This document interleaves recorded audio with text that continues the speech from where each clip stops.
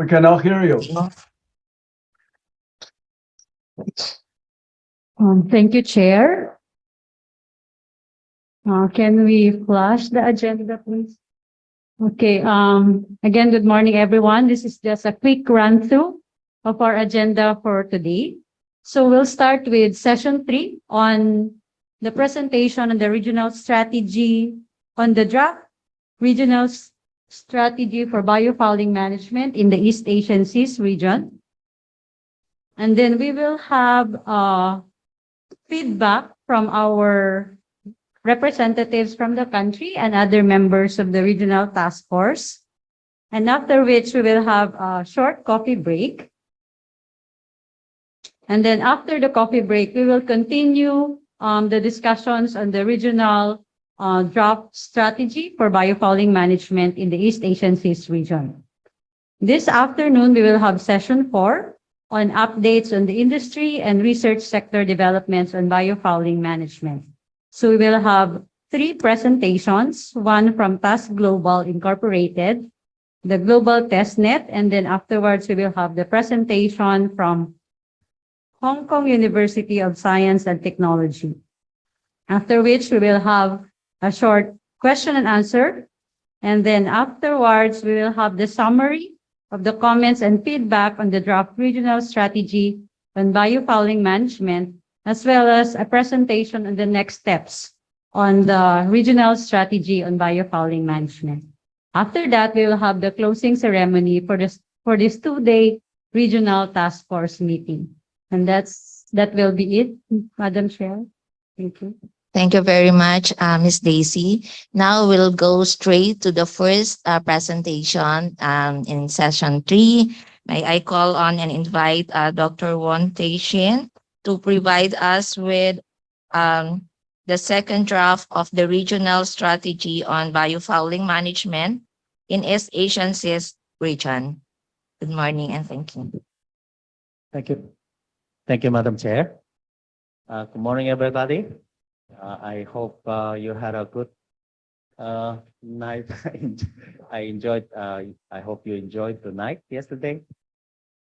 And then we had a wonderful night, actually.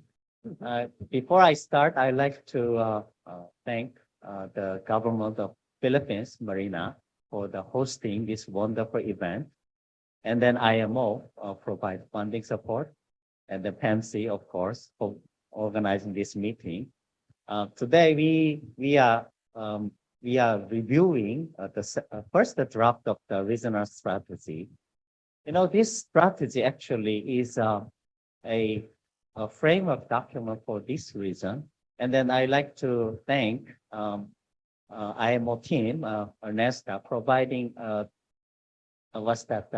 template for the regional strategy. Actually, this is not EAS region is not the only region to develop this regional strategy, but we have 5 regions to develop this, and then we are very proud to develop first the draft, and then we will, after this meeting, we will have a second draft.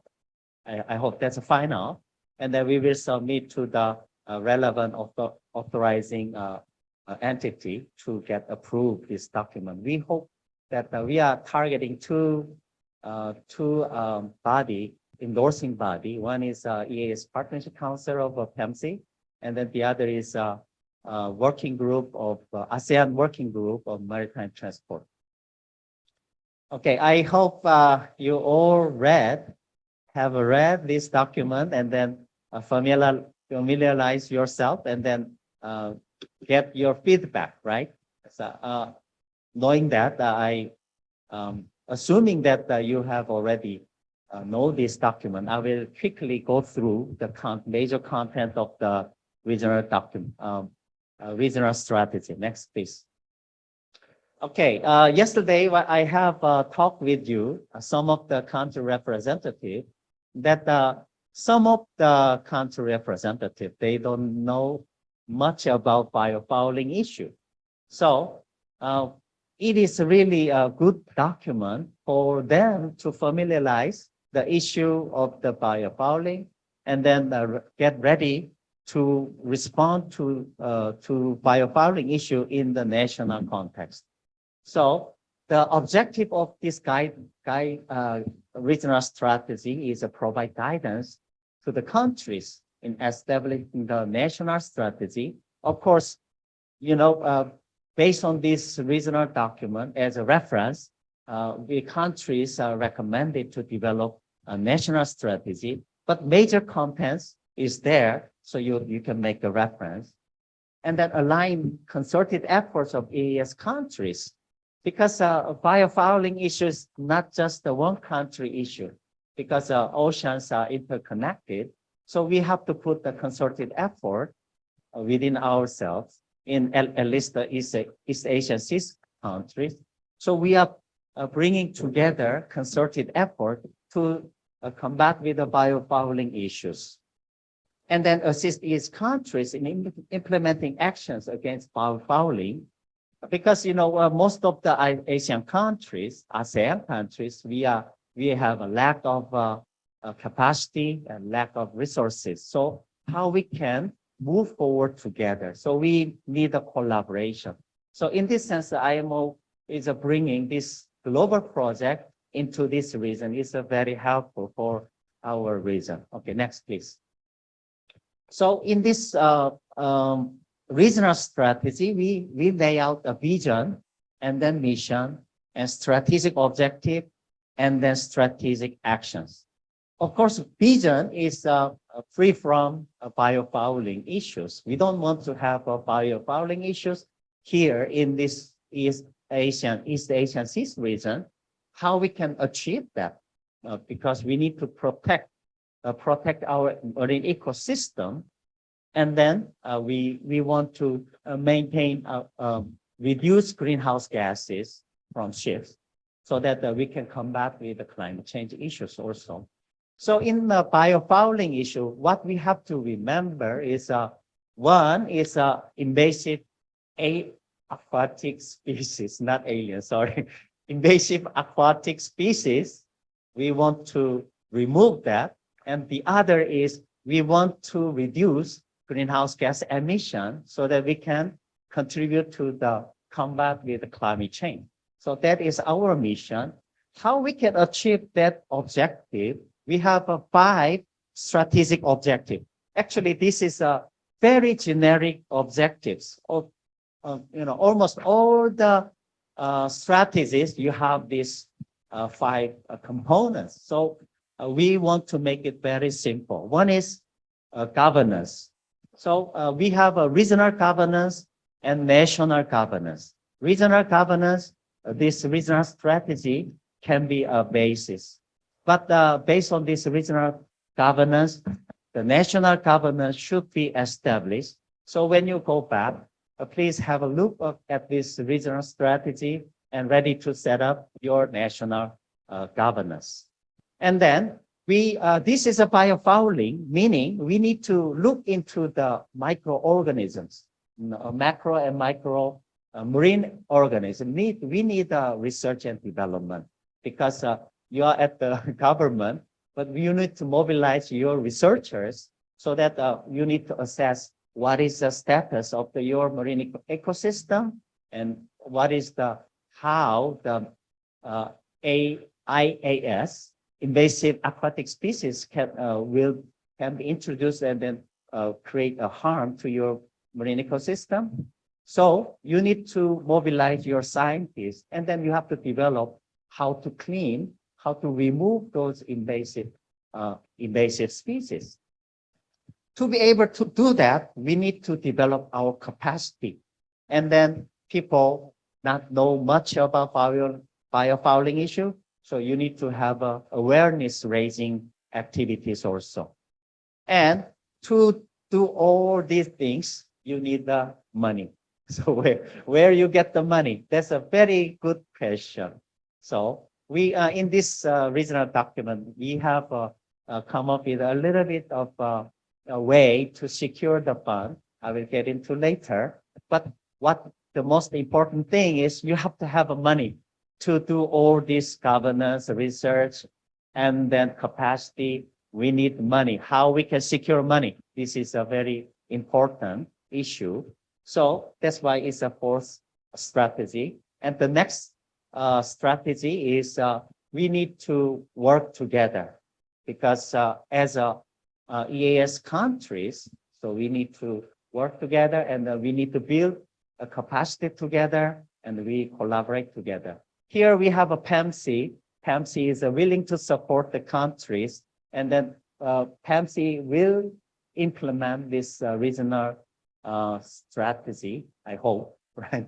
So PAMC is required to implement this regional strategy. So when PAMC is implementing this, we are trying to support the country's effort. Okay, and then these five objectives will be accomplished by the strategic actions. Okay, next, please. So these are our five objectives is working together so that we can achieve the mission and vision of the strategy. Next, please. So strategic action, we have a five strategic objective, and then we have like three strategic actions. So this is a not exhaustive list, so you can add way more actions when you develop your national strategy. But this is a kind of a guidance for the regional action. So one establishing a national firefighting governance, you have to establish national legal and institutional arrangement. So you need to establish your national strategy. That's the first step to respond to the biofouling. And then legal and institutional arrangement will come next because somebody have to implement national strategy, right? So legal is taking long time, but at least you have a set up institutional arrangement, identify who will do the work, and then assign some staff to do the work. And then in the long term, you have to develop legal arrangement. And then you need to, of course, establish interagency biofouling coordinating committee because a biofouling issue is cross-cutting issue among the national context. So you need to have a national coordinating agency so that this can be integrated in a holistic way. And then promoting R&D. So the first thing is that the baseline assessment. You have to do know what is the status of your national marine ecosystem, how the IAS is affecting your ecosystem. You have to know. That's why the first step is assessing the baseline. And then you have to develop the biofouling remover technology. Some companies already developed, and then how you can develop your national technology, but you can mobilize already developed the technology, and then you can get from develop the technology to your country. And then we are promoting exchange of the remover technology within the EAS region because some countries are advanced, some countries are lagging behind. So we are promoting exchange of the technologies. And capacity building awareness, of course, we need a building capacity because some of here in this meeting, very new, the biofouling is very new to some of you actually. So we have to familiarize ourselves. At the same time, we have to let our country people about the biofouling issue. And then awareness building activities, and then capacity building activity we need to conduct. And then regional data center for biofouling information because we are generating lots of biofouling data at the national level. So we, as a regional organization, like such as PAMC, can collect all the information, and then we are providing a holistic information to the countries of East Asia. And then sustainable finance mechanism. So how we can secure all the necessary fund?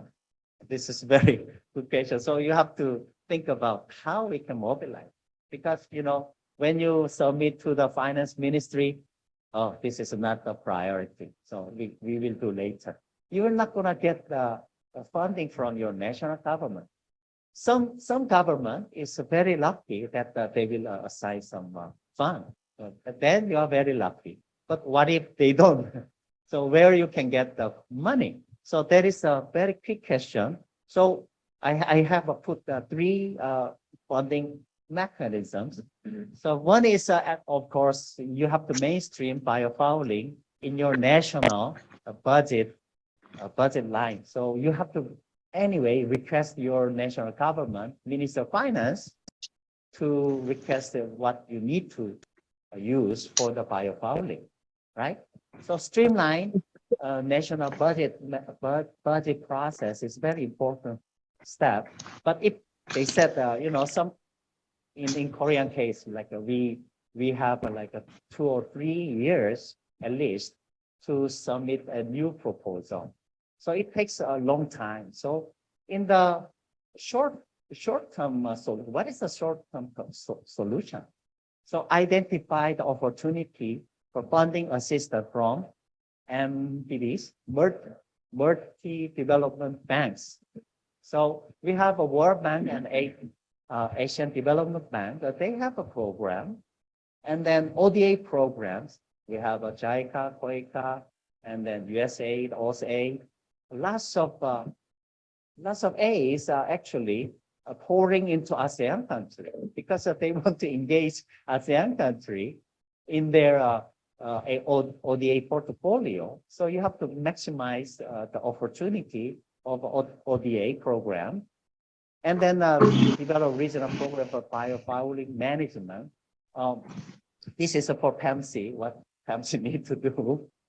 And then enhance the cooperation among stakeholders, meaning we need to establish a regional coordinating mechanism. Like right now, we have this RTF is one of the coordinating mechanism. It's not, but we need to have like regional coordinating mechanism. So PAMC is recommended to establish a regional mechanism, and then collaborate with the regional and international organization. Like IMO is willing to provide support. We need to push Lilia more to provide more funds to East Asian Seas region. Otherwise, she will just skip to go to other regions. So this should not be happening. So we have to put IMO more to provide more funding to this region.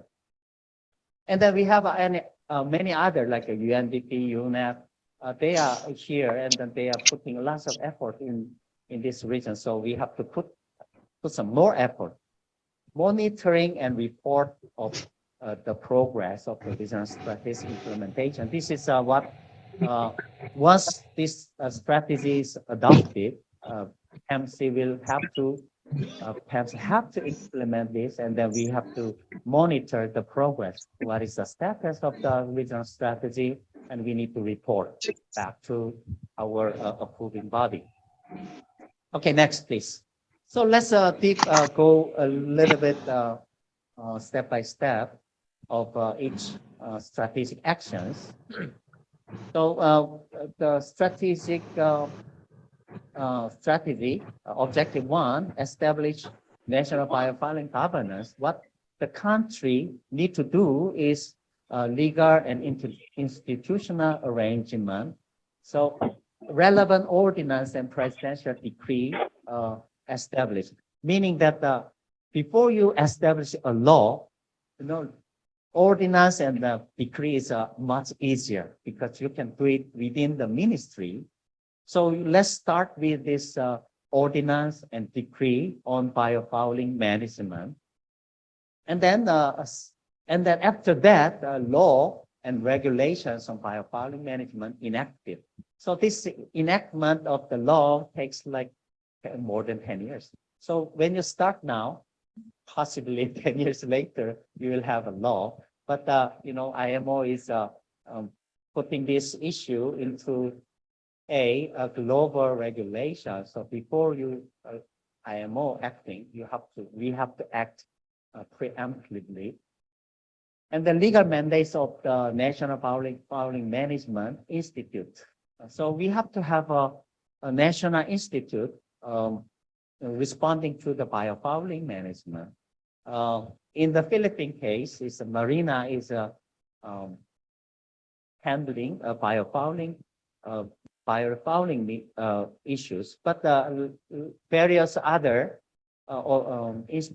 agencies like Department of Agriculture and BFAR, they are also big stakeholders. So we have to establish who is a main leading agency, who is a supporting and then acting agencies within the national context. So these three items you can do at the national level.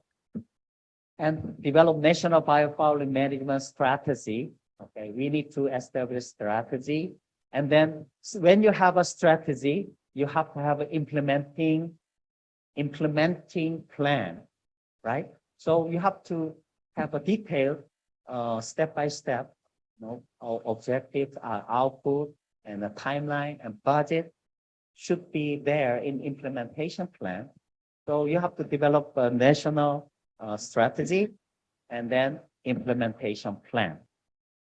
So that is what the second action means. And then establish a national interagency biofouling coordinating committee. So this is a interagency issue. So you have to establish interagency committee. And then you are the regional task force, right? At the same time, you have to establish a national task force who will support your work of the biofouling. Okay, next. Second objective is promote R&D and technology exchange. First action is to conduct national and regional study on IAS baseline. As I said, the starting point is a baseline assessment. So national and regional. Why you pick regional? Because PAMC need to collect all the national assessment report and then come up with a holistic report, an assessment report. So national, the country will do, regional, PAMC will do. So we need to have a baseline assessment conducted and a long-term monitoring procedure and guideline we need to prepare. So we know the status and how to handle the IAS issue. We need to have a guideline. So establishing guideline is recommended. And then technology development. And with public and private companies involved in developing biofouling. So we are recommending not only public, but also private. You can mobilize your private companies to develop the technology so that you can remove the biofouling materials in your national scale. And risk assessment procedure requirement remove the biofouling debris. Yesterday, we have a very good question about what happened when you remove the biofouling debris. What happened? You remove the biofouling material from the ship hull, then it will fall down, and then it will pollute the vicinity of water, right? So it will affect the marine ecosystem of the cleaning area. So what you're gonna do? So you have to have risk assessment, procedure, and requirement. So we don't want to have invasive species polluting our marine ecosystem. So we have to develop, okay, at least you have to remove that 90% of the, for example, 90% of the biofouling material removed. So that should be a guideline and requirement of the national scale. So you have to establish that. So, and then, the technology will develop based on that guideline. So that when they develop the technology, they will trying to meet the requirement. Okay, we have to remove 90%. Okay, we have to thoroughly remove and then not polluting the marine environment. Okay, exchange and transfer biofouling removal technology. So advanced technology for remove biofouling introduced in the country, which means that, we have already developed the technology. So you have, if you don't have, not only advanced country, but developing country, you have to introduce the technology to your country. If you don't have how you can do it, we can get it from the advanced country. So some country like Korea, Japan, and China already developed the technology. So how we can do it, right?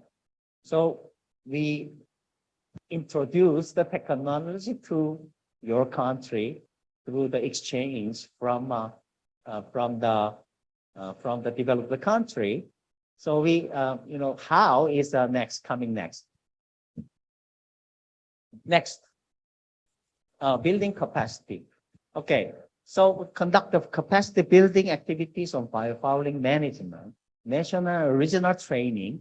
So training is a very important. So I consider this RTF is actually a capacity building ground because some of you doesn't know much about the biofouling issue. So after this meeting, I believe that you will be have a much more information and knowledge about biofouling. So we have to conduct the training and the workshop like biofouling management and the anti-fouling substances management. So we have to develop the training and tools. And then regional training facility for capacity building and training of personnel involved in the risk assessment. So this is for the regional organization. So I put this item for PAMC to develop a regional training. So to support the country's effort. Okay, conduct awareness building activities, a set of policy briefs. So this not only helping regional, but also nationally, we have to we need to develop a policy brief. What is serious about how serious is the biofouling issue in the countries? So we can report to the policymakers so that they can provide funding. So we have to let them know the issues and the best practices and regular regional biofouling conference. I hope that PAMC has EAS Congress organized every 3 years.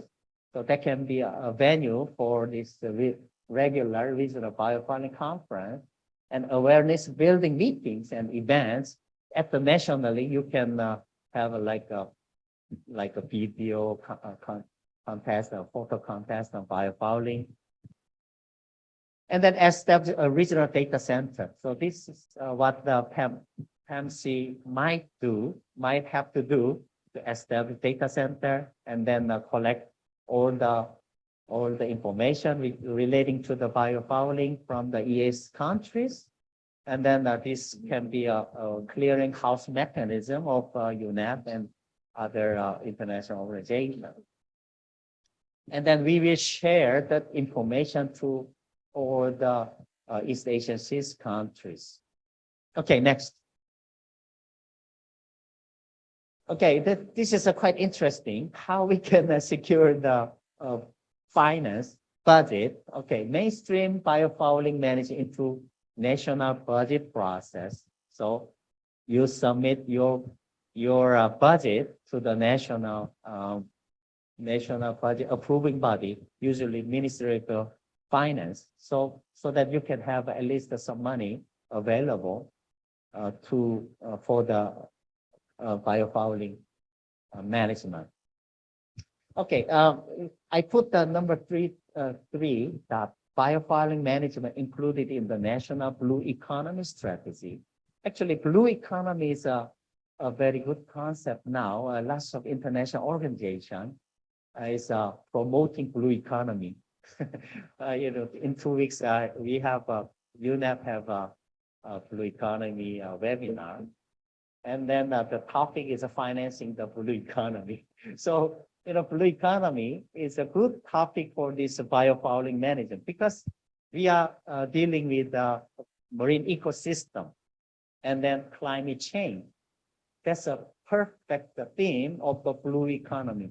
So I recommend you to put this biofouling management issue into your blue economy strategy. Like Indonesia already developed the blue economy strategy, national strategy, but I didn't find the biofouling issue in that strategy, but you can put you can add the biofouling issue in that blue economy strategy.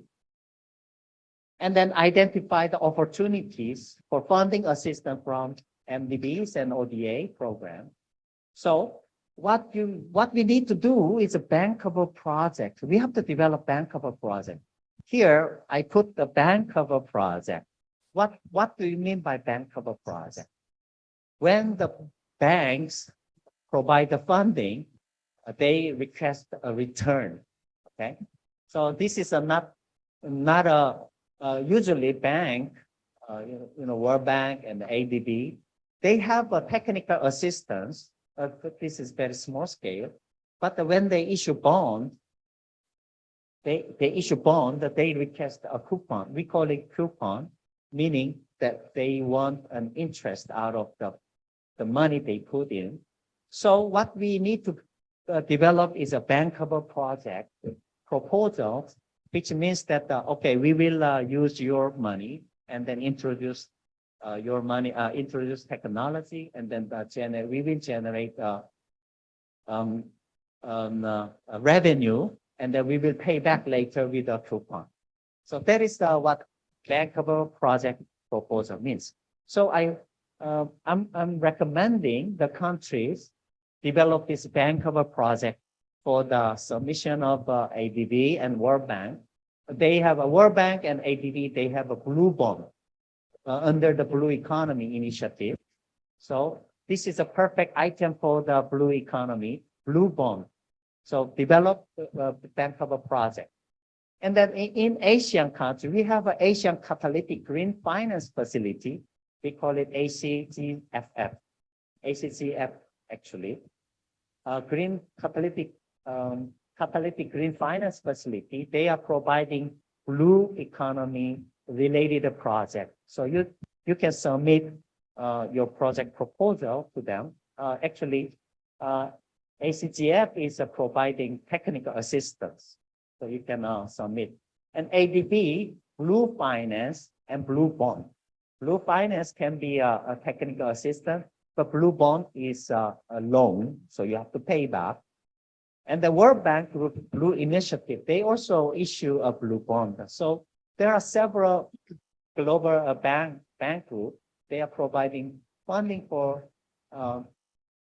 blue economy initiatives and biofouling. You can submit. And then the second item is ODA funding opportunities.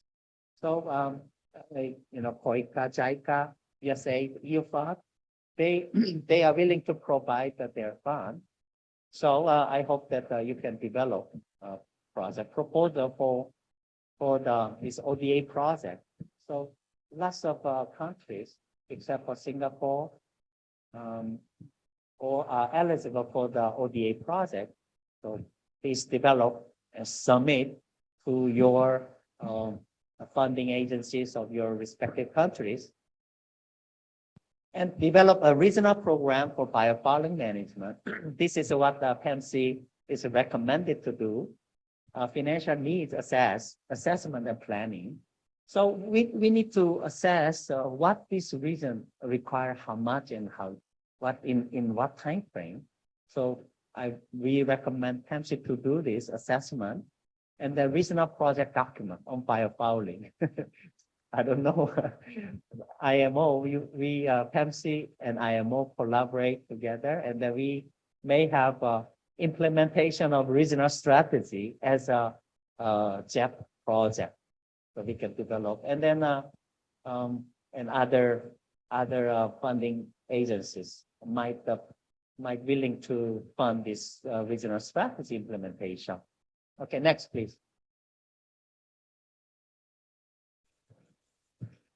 Next, please.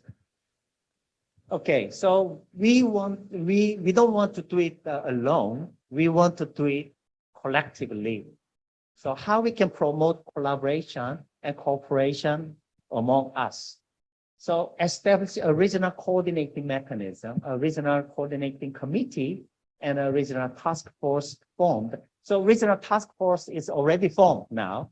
So what we need to do is a regional coordinating committee should be established. This is what PAMC should do in later when PAMC is implementing this regional strategy. And then regional coordinating office and staff established. So PAMC have to secure money to provide the house, the coordinating the office with the staff. And then a regional strategy implementation plan. So we have to implementation. This is a strategy. So we need to develop an implementation plan, which entails budget and timeline and object outputs. So we have to put those 3 items in the implementation plan. And collaborate with the regional and international organization.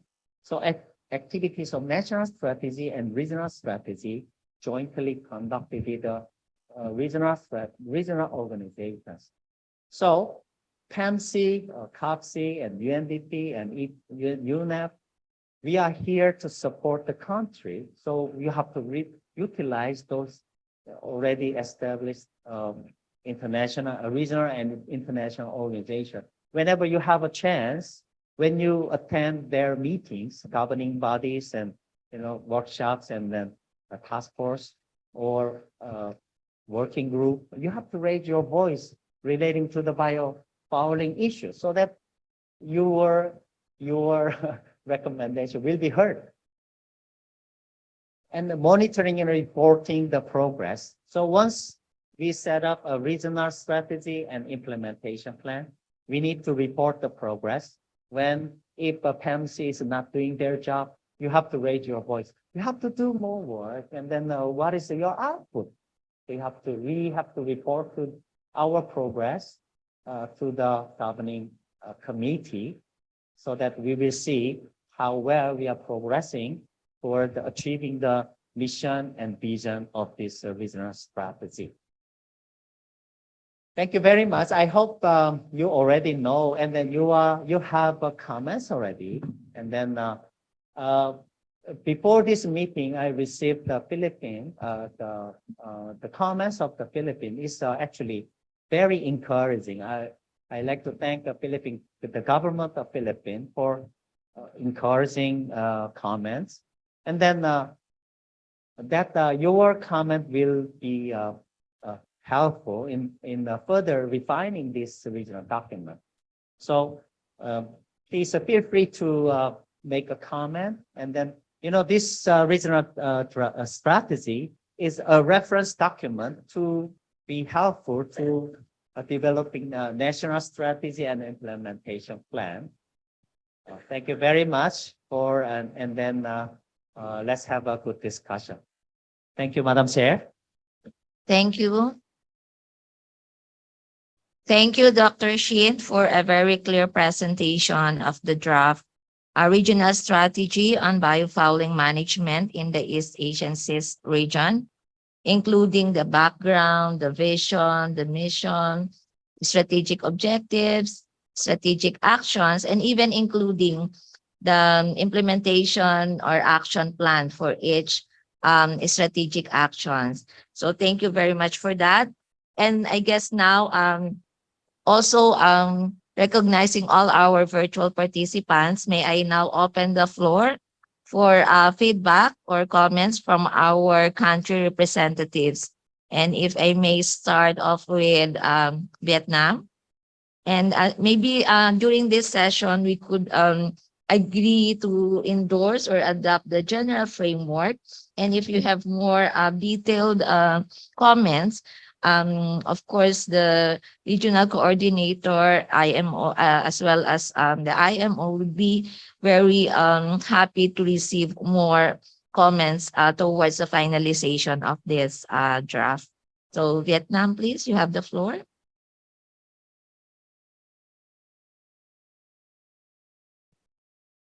Yes, can we have like 5 minutes of teamwork? Okay. Okay, no problem. To our, maybe we can start off with Philippines, considering that they have submitted their comments. Maybe you can share in the plenary the comments you have provided, Dr. Shin. Thank you. Thank you, Madam Chair. Good morning to everyone again. The Philippines conveys our support to the regional strategy on biofouling management in East Asia East region. And we also endorse this a very comprehensive strategic plan. However, we have only two minor comments on this draft strategy on the action plan under the strategic objective on the promotion of R&D and technology exchange in ASEAN region. We would like to recommend that the time frame for the establishment of medium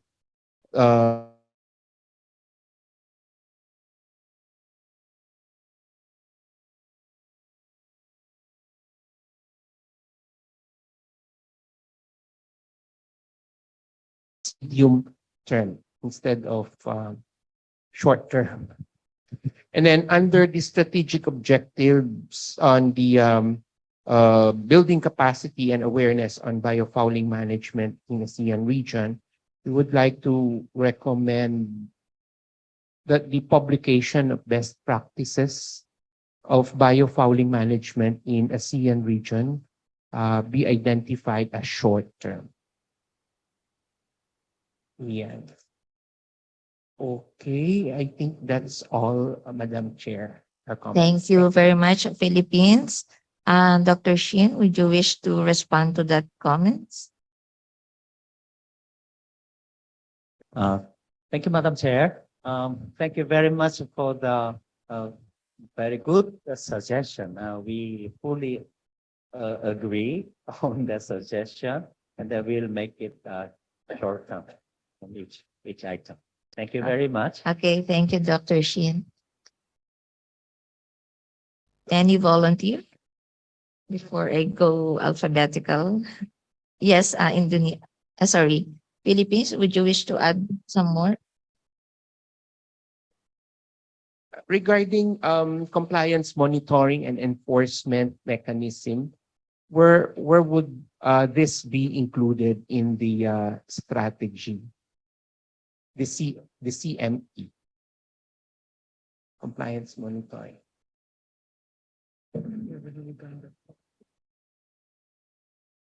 Uh, Monitoring of what? Compliance of the Compliance. regulation, yeah, on If, biofouling management. biofouling management, I think that this should be under the governance. Governance, right? Right. Okay, I thank you. think that under the governance. Would be, Okay, thank you.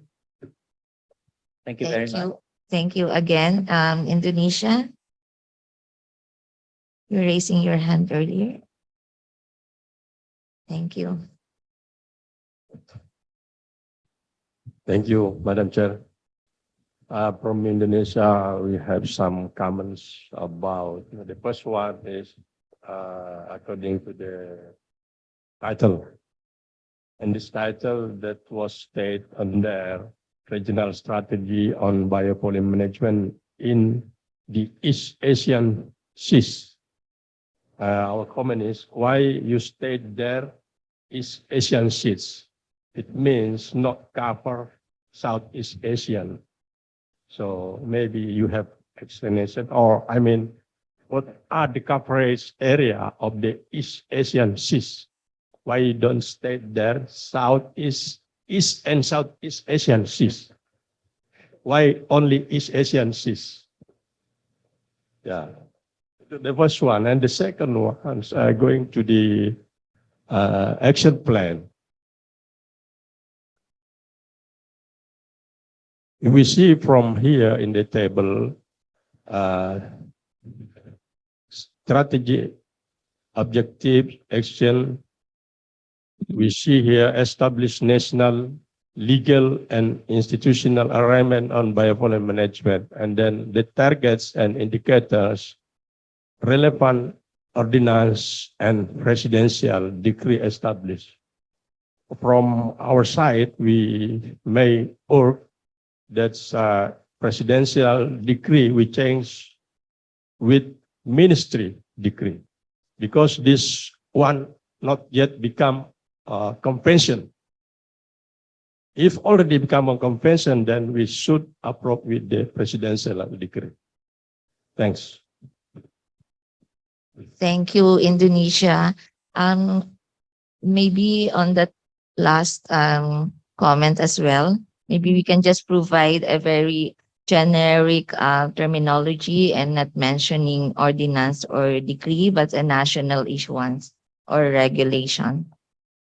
So it would be applicable to all of us, because others we don't have ministry, we have departments, we may issue law, the maritime administration. So it could be a generic terminology. Thank you.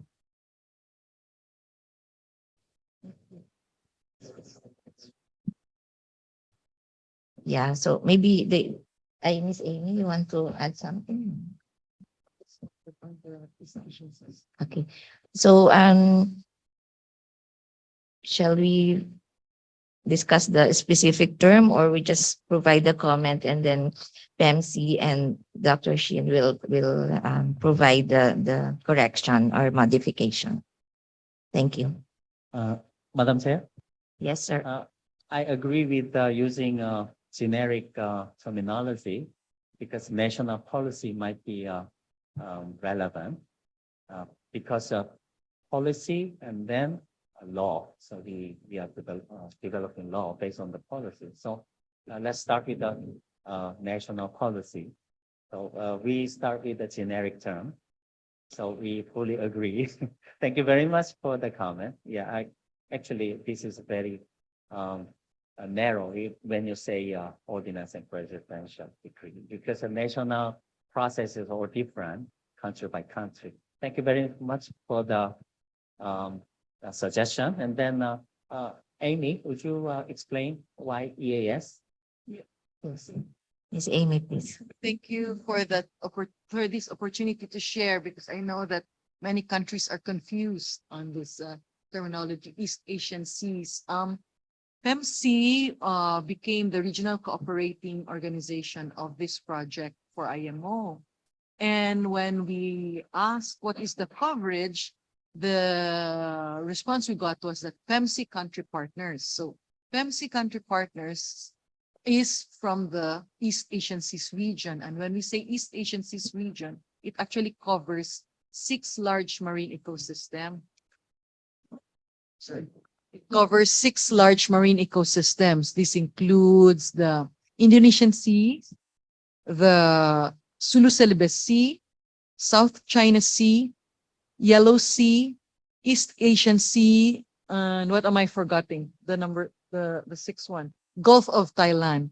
So in a sense, we cover ASEAN, plus we don't have some formal cooperation with some countries like Brunei Darussalam, Malaysia, Thailand, but we cover the ASEAN members except for those 3, plus the East Asian countries of Korea, both North and South, Japan, China, and Timor-Leste. Yeah, that's right, because Timor-Leste is an observer of the ASEAN only. So yeah. So that's why we thought it's more comprehensive. But possibly in our document, in the regional strategy, we can explain the coverage so that people are aware. Yes. Yes. What Yes. is the corporate area in this project? Yeah. Thanks. Yeah. Thank you for that suggestion. Thank you very much for the clarification. It's a good suggestion that we include a section on the coverage in the draft regional strategy. Thank you, Indonesia. Can we go back to Vietnam? Thank you. Yes, first of all, I would like to thank Dr. Shin for a very comprehensive presentations. We have a general view of the strategy so far since uh, since before we go into this meeting, we barely have idea of the biofouling management strategy, but now we have a general idea. And we fully support the strategy so far. And for the draft regional strategy, we have to maybe add two more comments. First of all, is would like to know more about the relation between biofouling and greenhouse gases, and also how it related to energy efficiency operation of ship. Uh, it may be, explain more in the strategy so people can know a general idea of their relations. And second is we would like you to add more about the steps to um, the management of biofouling. For example, like the cleaning and how we remove the debris and how we process the debris after being sucked out of the hull of the ship. Yeah, thank you. Thank you, Vietnam. Dr. Shin, would you wish to respond? Madam Chair, thank you very much for the comments of the Vietnam. Okay, first the question is a relation between the biofouling and then greenhouse gas, right?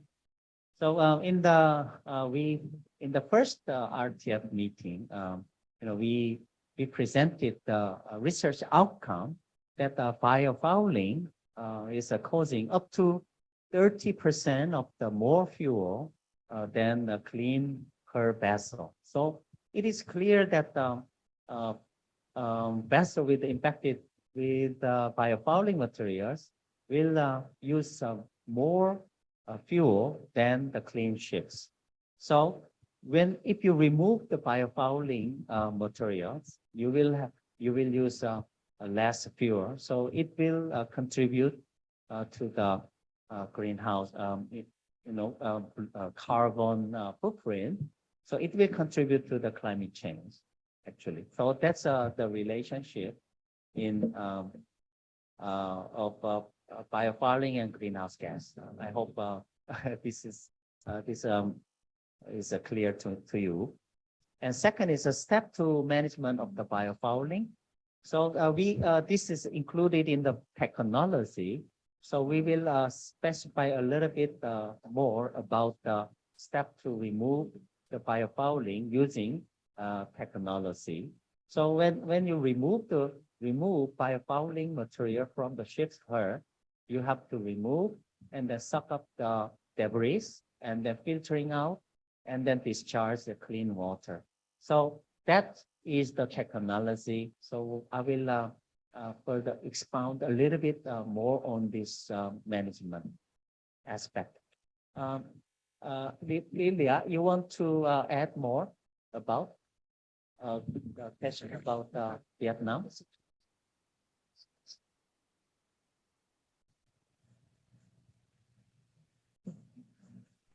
Yes, thank you.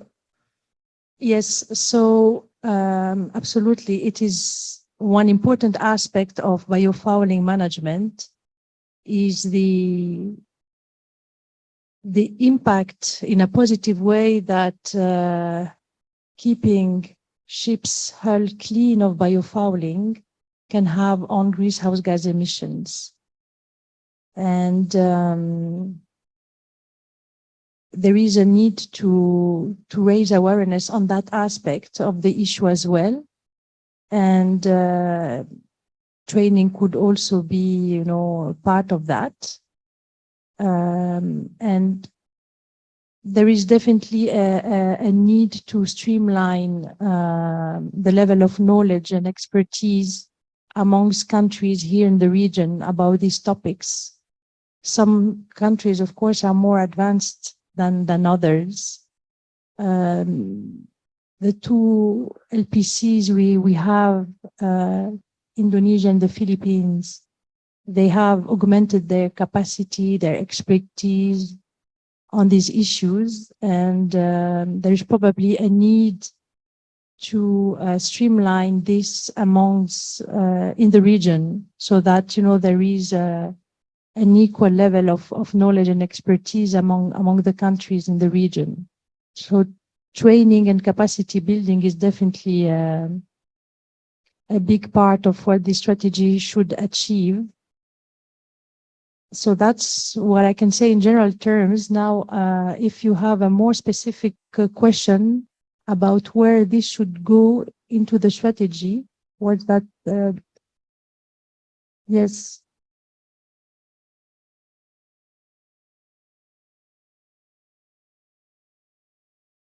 You want to add something?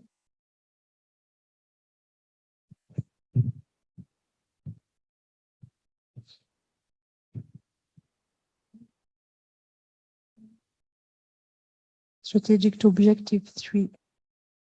Strategic Objective 3 aim to promote capacity and build awareness on invasive aquatic species and biofouling management among the relevant sectors and stakeholders in the EES region.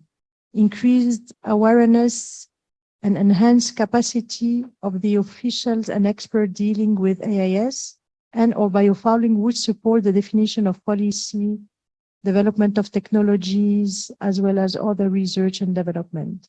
Therefore, it is imperative to make the general public and stakeholders well aware of the issue to gain momentum to establish a sound basis for policy development and implementation. Yes, this is perhaps more about raising awareness rather than training, hard training. So we could be perhaps more specific under Objective 3, Strategic Objective 3.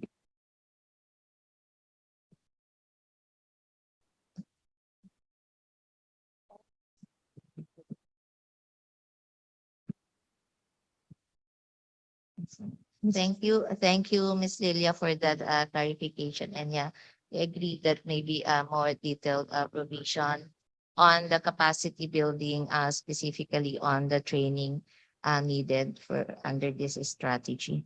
Yeah, thank you. So, may we request that the relation between biofouling and greenhouse gases can be put in the strategy under like introduction or something, so people can know that the strategy also related to this matter as well.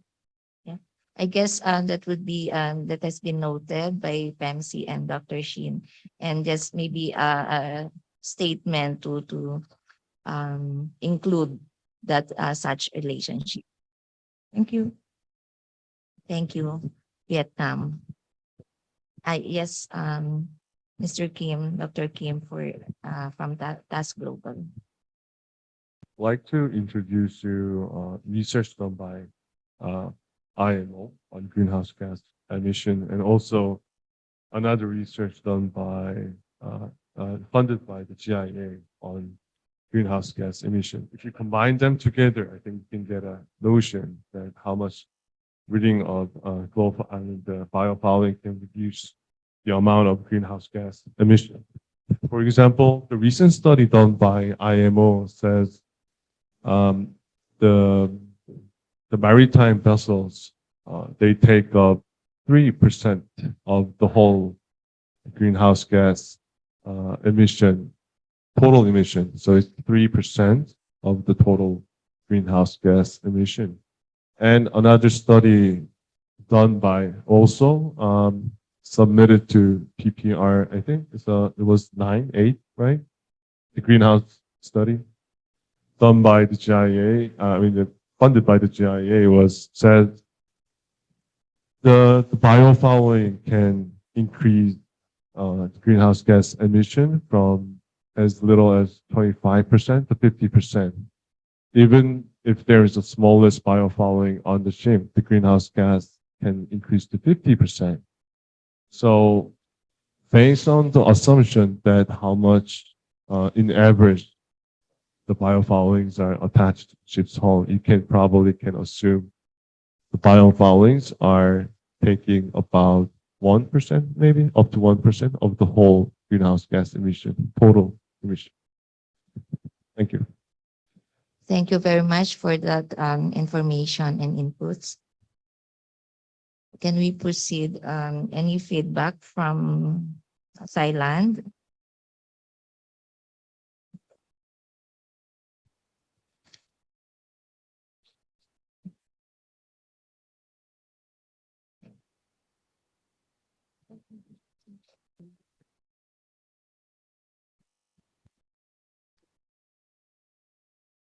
Before we hear from Thailand, may I give the floor to Miss Lilia for a reaction on the uh, comment by Dr. Kim. Sorry to come back again about the comment from Vietnam because we were in the Maldives some weeks ago or months ago. Anyway, doing also some work to develop a regional strategy over there, and we had exactly the same comment or discussion about explaining better in the strategy the relationship between biofouling management and greenhouse gas emission. And we came out with some wording to explain this relation, and we included it into the strategy. I don't remember if it was in the introduction but we will check, and we can provide you with a proposed text if you want, that we can include or use for the strategy here. Thank you. Thank you. Thank you very much, Miss Lilia. Thailand, please. You have the floor. Thank you, Madam Chair. It might be a question or like asking for confirmation, because like yesterday we have told in the plenary that actually the task force committee is established, but the power of this task force is not established from the act yet. So to make that is another process. But anyway, if we plan to go ahead on this issue, so we have to draft something to propose to all of these committees or my boss. But before going to that committee, I have to explain a lot to the directors, ministers. So I would like to know about positive impact that is gonna happen when we implement the biofouling management in our country. I mean, in the way that we can explain to our elite, like biofouling, like we have discussed about biofouling can reduce the GHG. Then this reduction will include in the EEDI or EEXI for our country. And then in the future, if we can reduce the carbon emission then we gain something like carbon credit, or we can have something else like this. I don't know what is to be explained, but it's gonna be good for our country, like, because the ratio in carbon emission in our country is going down, and um, AIS in Thailand we can control AIS, but no IAS, sorry, IAS, and then if we like, I'm thinking about normally in Thailand we will not promulgate any legislation that we don't have uh, power to do from UNCLOS or any international law. So this biofouling management is kind of guideline that I feel. So it's not mandate, or I didn't see the authority from UNCLOS or international law yet.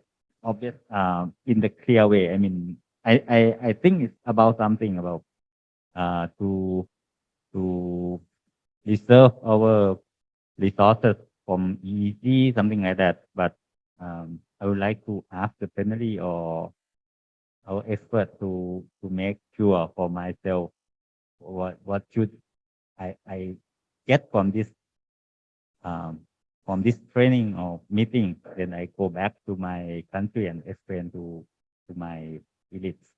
Thank you. Thank you. Thank you very much, Thailand. And that is very um, understandable concern, because as we all know, these are guidelines, which, as you mentioned, not mandatory.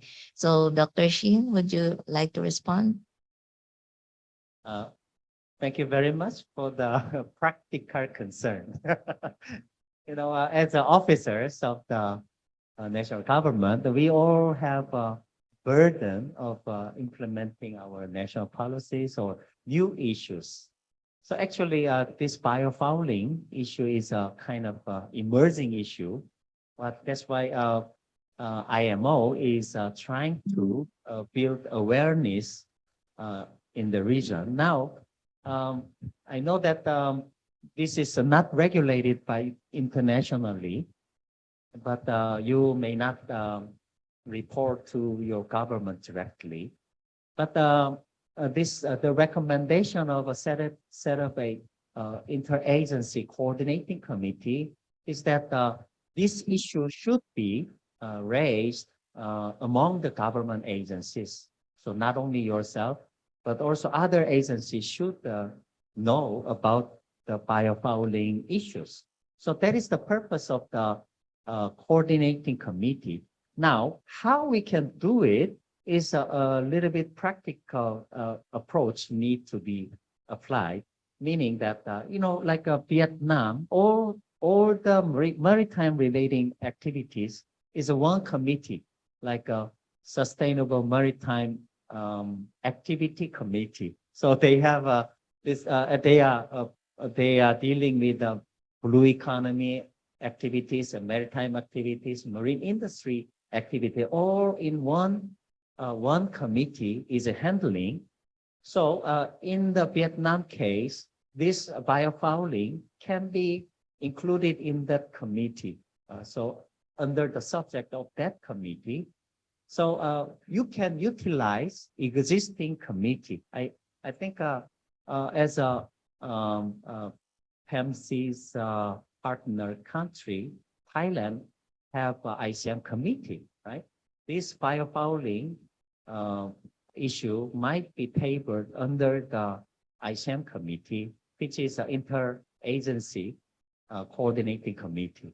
So we realize that this emerging issue is really hard to table under any committee. But as if you have a hard time establishing a coordinating committee for biofouling, then you may utilize existing coordinating committee in any relating to the maritime issues. So we understand the actual practical difficulties of handling this issue. But this we are starting our step now. We are taking one step now. So we are looking for like 10 years ahead of the work. So we are starting now. So this is a little bit concerned, but we are taking step by step. So we using existing mechanism, we will get there. So that's what we hope to achieve here. Thank you very much. Thank you, Dr. Shin. Maybe Miss Amy would like to add something on that aspect. Thank you for that question, Thailand. I know it's important to know the operationalization of these, but you also ask about what are the impacts of implementing this by filing management. So I think you're looking more also as the strategic, like how are you going to sell this to your bosses, right? So what's the value add? Why are we here? Why are we doing this strategy?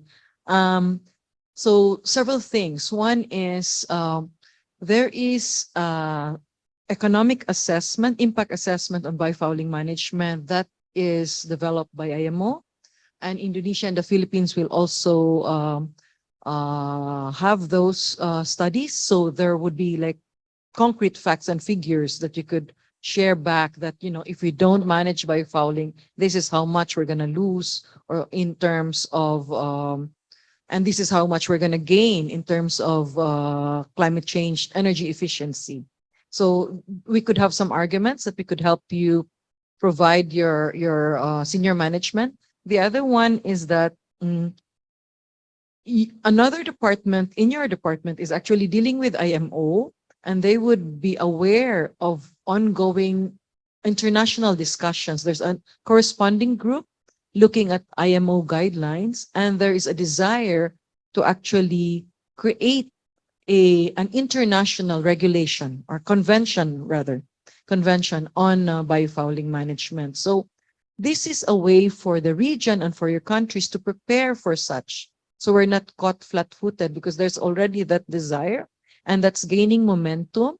And this project is actually helping us to also look into these issues and be prepared, so that our negotiators in IMO will be much more equipped, and we can have a more informed discussion based on our region's capacity, our context, our circumstances. So we are in a better position to also negotiate at a global level.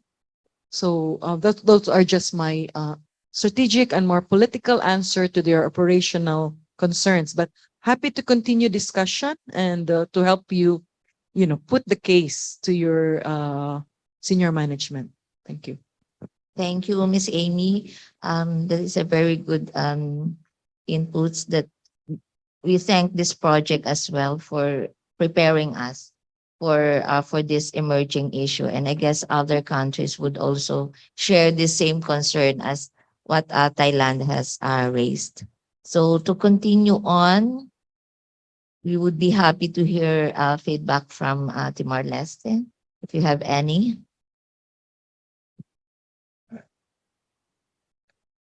Thank you for the time. And for our part, would like to leave some comments in relation with this biofouling management. The point that we would like to comment is about the establishment of national governance.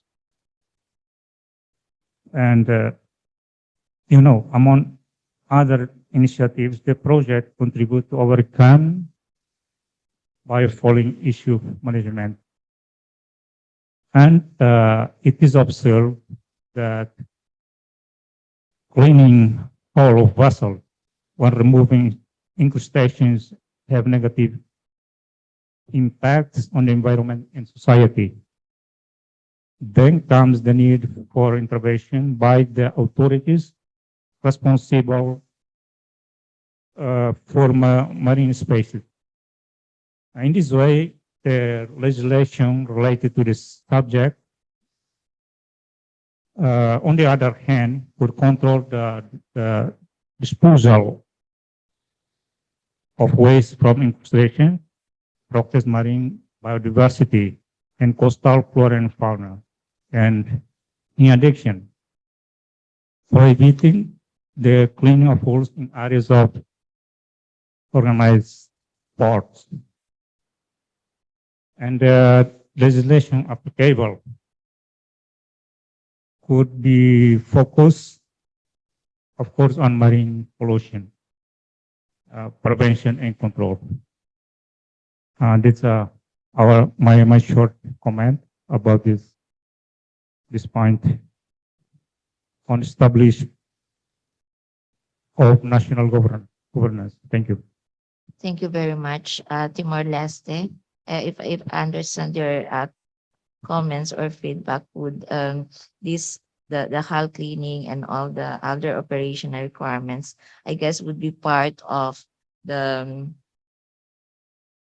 relevant national laws or regulations that would be that is included in the action plan. But of course, Dr. Shin would be able to maybe clarify or further provide response to the concern of Timor-Leste.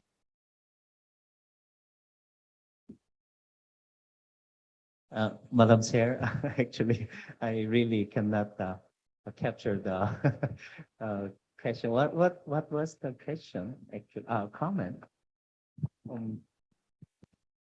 The comment is about the action plan. Action plan for on the establishment of national governance.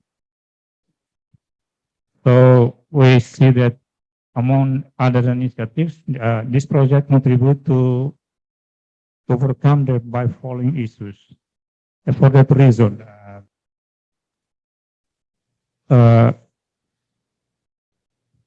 we need to have a support from our legislation that can control the marine, protect and control the marine environment. Yes. That's all. Yes. Thank you very much for the clarification. So what you need is you need the support to develop for developing the national strategy and implementation plan. Is that right? Thank you very much. So yes, I know that in the Timor-Leste case, you have a lack of national process, so it's difficult to develop a national strategy and implementation plan because lack of capacity, and then financial resources, of course. So that's why this strategy identifies some of the way you can secure the financial resources in that fourth item. So securing the finance for the biofouling management. So I think we can immediately you can support PEMC can support the national strategy development and implementation plan development through ICM program. So this can be an ICM program also under the ICM program. So because we are managing the coastal area, so you can add blue economy or ICM program. Please include this item into that program and develop a national strategy and implementation plan. But I think immediately we can you can request assistance to other regional organization and international organization. Thank you very much. Thank you. I guess Ms. Lilia would like to add on. The floor is yours, please. Thank you, Mrs. Chair.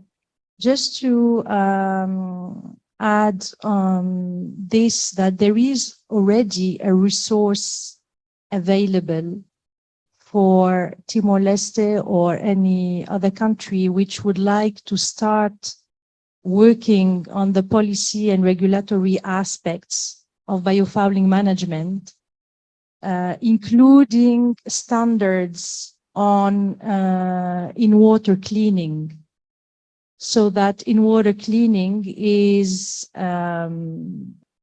conducted in a safe and environmentally friendly manner. So this is one of the 3 guides which I mentioned in my presentation, which is a guide on how to develop a national strategy and action plan. Now, this national strategy and action plan, a big part of it is actually to develop a policy and some kind of measures or regulations to address biofouling management. So it's a guide that will lead you step by step. There is a kind of methodology developed by the guide, step by step, taking you to the development of, policies and procedures related to biofouling management, and again, in-water cleaning and how in-water cleaning should be conducted. And this is also based on some experience gained in some countries which have already developed regulations and procedures related to in-water cleaning, such as New Zealand, for example, or Australia. So there are concrete examples already of existing regulations. And so that resource again is available.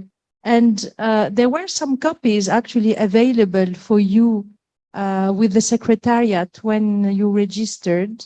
I don't know if that was distributed or not, or if you've seen these guides, but one of these 3 guides is about developing national policy and action plan. And also because you specifically mentioned in-water cleaning and how to go about it.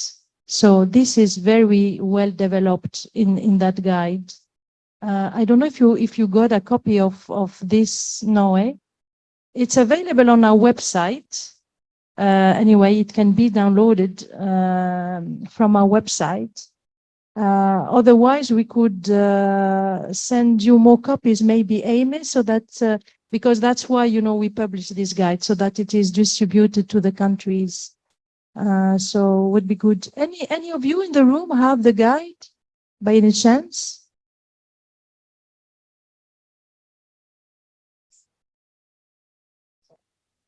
Yes, there were the national assessment, the strategy and action plan, and the economic assessment, I believe.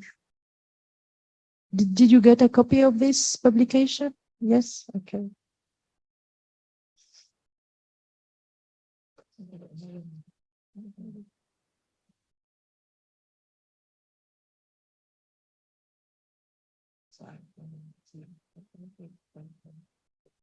So anyway, so that was to respond to your comment about how to go about national regulations and procedures. Thank you, Mrs. Chair. Thank you, Miss Lydia. And time check, I guess we'll have a short coffee break first, and then we will continue with our feedback and comments from country representatives. After Timor-Leste, we'll be calling after the break Singapore and Malaysia, who are joining virtually, and then we'll continue on with Lao PDR, Cambodia, and Brunei Darussalam.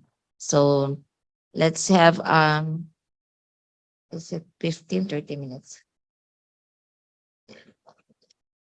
15-minute coffee break. Thank you.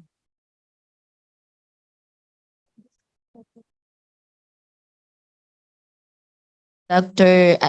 Professor Kian has would like to provide some comments as well. Professor Kian from the Hong Kong University. You have the floor. Thank you, Mr. Chairman. Good morning for everyone. Very nice to hear all of the presentation. Can you hear me well? Yes, yes, clear, very Okay. clear. Thank you. Thank you very much. For me, I learned a lot regarding to the what the PIMC try to do, and also to the as a region, as countries in the regions, what we plan to do in terms of control the biofouling. I fully supportive regarding the strategy putting forward and present by Dr. Wang this morning. I think that one thing we possibly can think about a guideline for the controls of the biofouling, also biofouling management. For most of the states or countries, all the regions, lots of time it's not a legal the framework. It's just the guideline. As the guideline, not the legal framework. What are we going to do? So in terms of how to implement, also the how to help different countries to develop the proper the guidelines. Because to me, a guideline is at least a first step, to the forward. And so that, so that allow us to have the common language and bring everybody on the common ground and talking about the biofouling management. So as I say that, so the guidelines has to be properly drafted, has to be, so the properly so the implement. Sometimes this could be very challenging because based on my understanding, what I also on what I hear here, and different country, so that not on the same page up to this point regarding the understanding of the biofouling issues. So how can we, so the help different country and to move towards the common goals? So I'm the professors. I have been working on biofouling biology, ecology, and also anti-fouling technology development for last 30 years. As a faculty, I thought, so that what I can do for the, this biofouling control in the regions. I think I can team up with the colleagues in the rooms and also working with the PIMC to organize and provide the training to the people who really need to have a, so the good understanding for the, biofouling issues, such as the, impact of the biofouling on the economy and so on. There are lots of the literatures, so that out there. Myself wrote a number of the review on the review articles on the biofouling and anti-fouling technology in the past. I would be happy to share with the people who really need to know that. So the overall, I think we have to come out with the guidelines that comprehensive enough, but at the same time have a little bit of flexibilities for the country to take, I call it a stepwise, to the approach.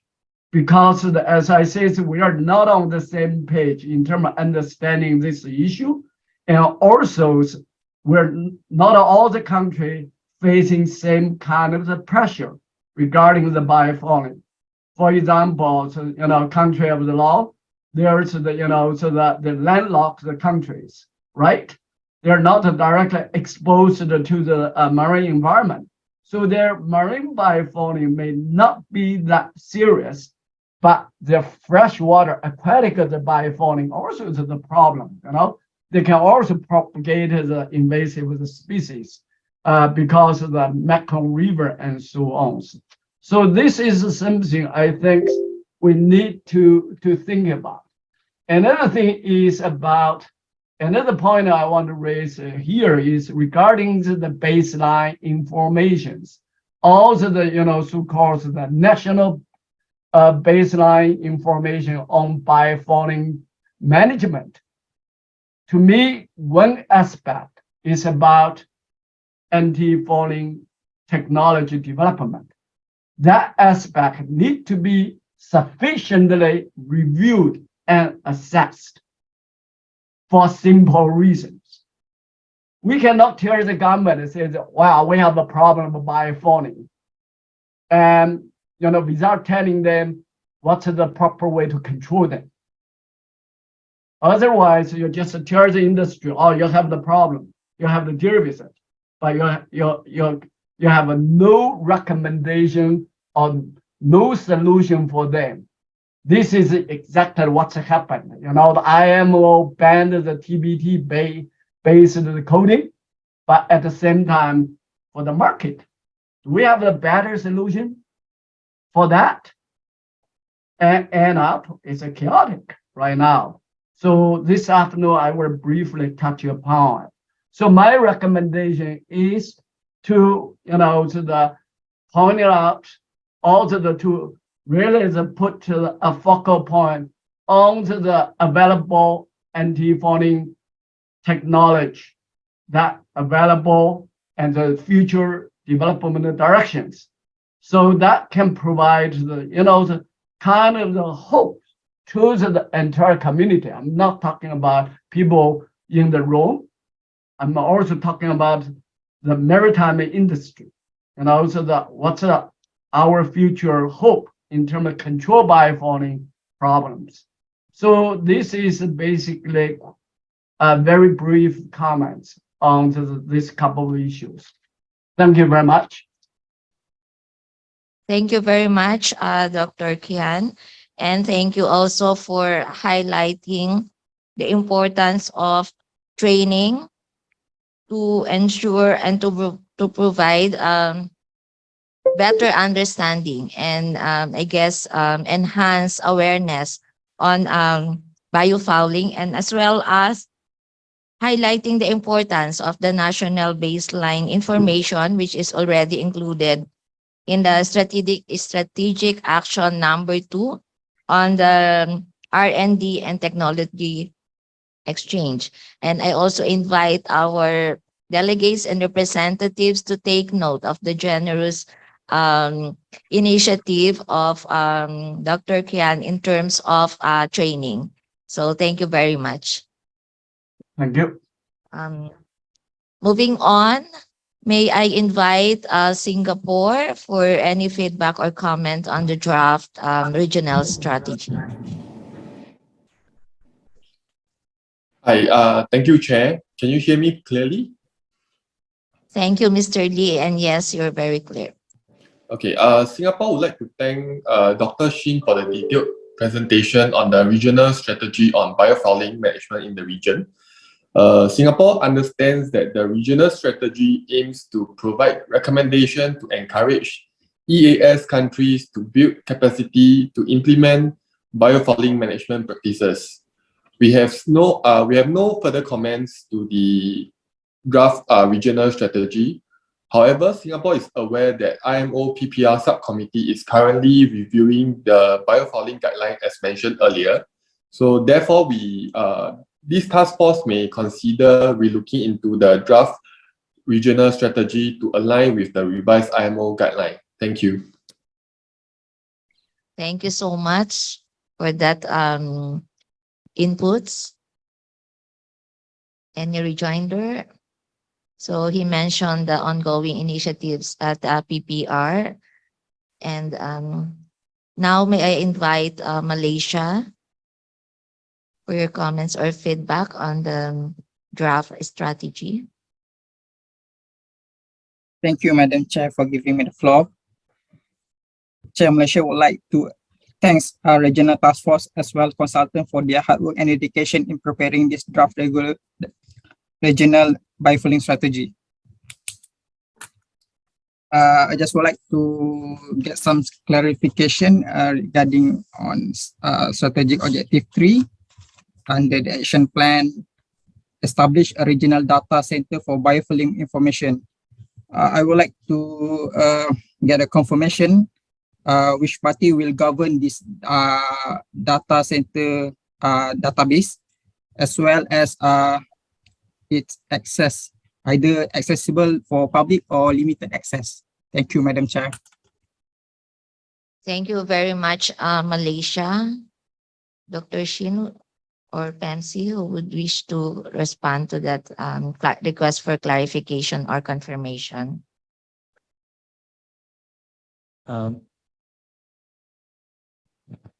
This data center is actually is some kind of a clearinghouse mechanism as established by many international organizations. So in somehow we have to gather data for sharing. Actually, the data sharing is a big obstacle and difficulties in the East Asian Seas countries. So what we like to do is that whenever you gather data in the national level, we want to collect the data and then put it into public so that we can share. So that who will do this? In this strategy, we recommend the PEMC to establish a data center and share the knowledge on the biofouling. Thank you, Dr. Shin. And of course, Ms. Amy would like to react on that recommendation. Thank you, Malaysia, for raising that point. I know the concerns about, having too many databases, and then also the sustainability of these databases, the maintenance of this database. So we all know the saying, garbage in, garbage out. And, the maintenance is as good as the people who will be sharing the data. We have what we call a Sea Knowledge Bank, which is a repository of data, particularly on integrated coastal management and other projects. However, we are open to, not creating our own database, but linking. So for example, IMO has been maintaining this data on IAS and other information. So we could just link.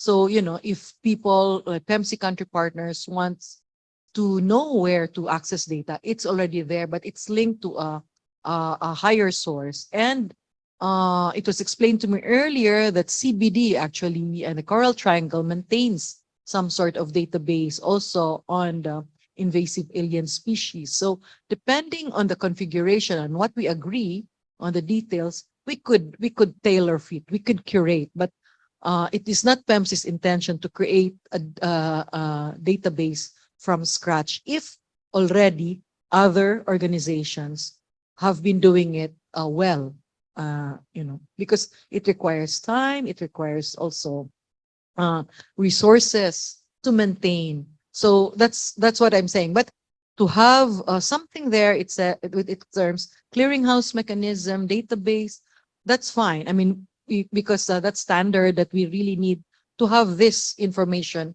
sharing anyway. So we should emphasize more the sharing and open access rather than, establishment of yet another database. Yeah, thank you. Thank you, Ms. Amy. Maybe because the question was raised because the action in the action plan is establish a regional data center. So maybe we can reword this to more emphasize on what she's said on the data sharing. And the keyword, of course, is connectivity and integration of the available data. Thank you. And Malaysia, would you like to have a follow-up question, or you're happy with the confirmation or clarification? No, Madam Chair, thank you. Thank you very much. And I'm indeed happy that we have an excellent connection today. So we hear our virtual participants and delegates clearly at the plenary. And I guess it is the same from our side here. So thank you, Singapore and Malaysia. And moving on, would like to invite Cambodia for your feedback or comments.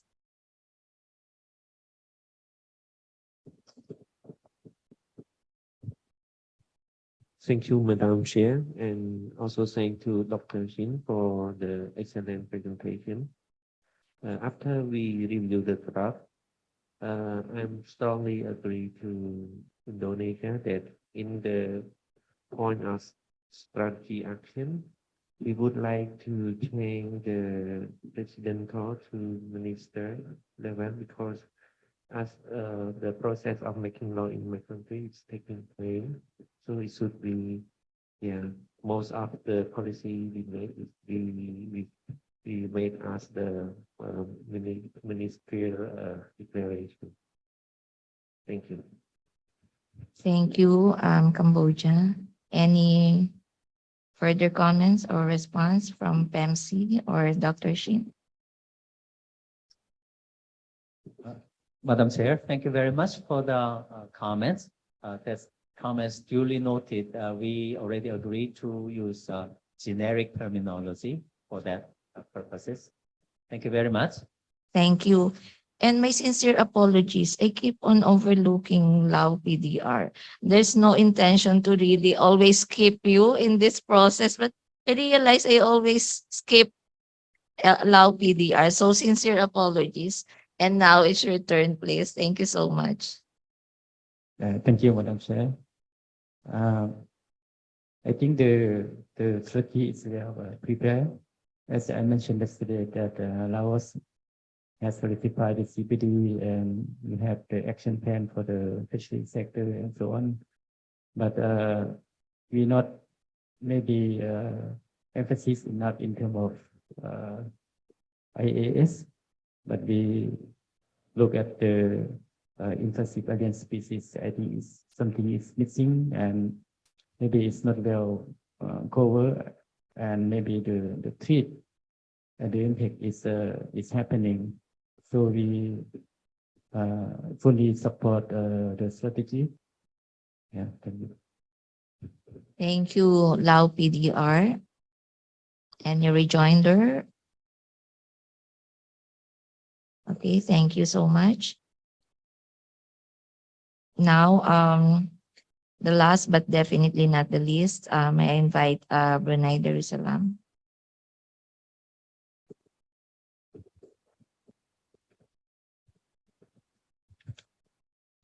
Thank you, Chair. Brunei Darussalam would like to suggest if there is a possibility to establish a platform such as forum, bulletin online to enable the country to seek more information and clarification from other advanced countries. That's all. Thank you. Thank you, Brunei. Any comment? Yes, Global Testnet.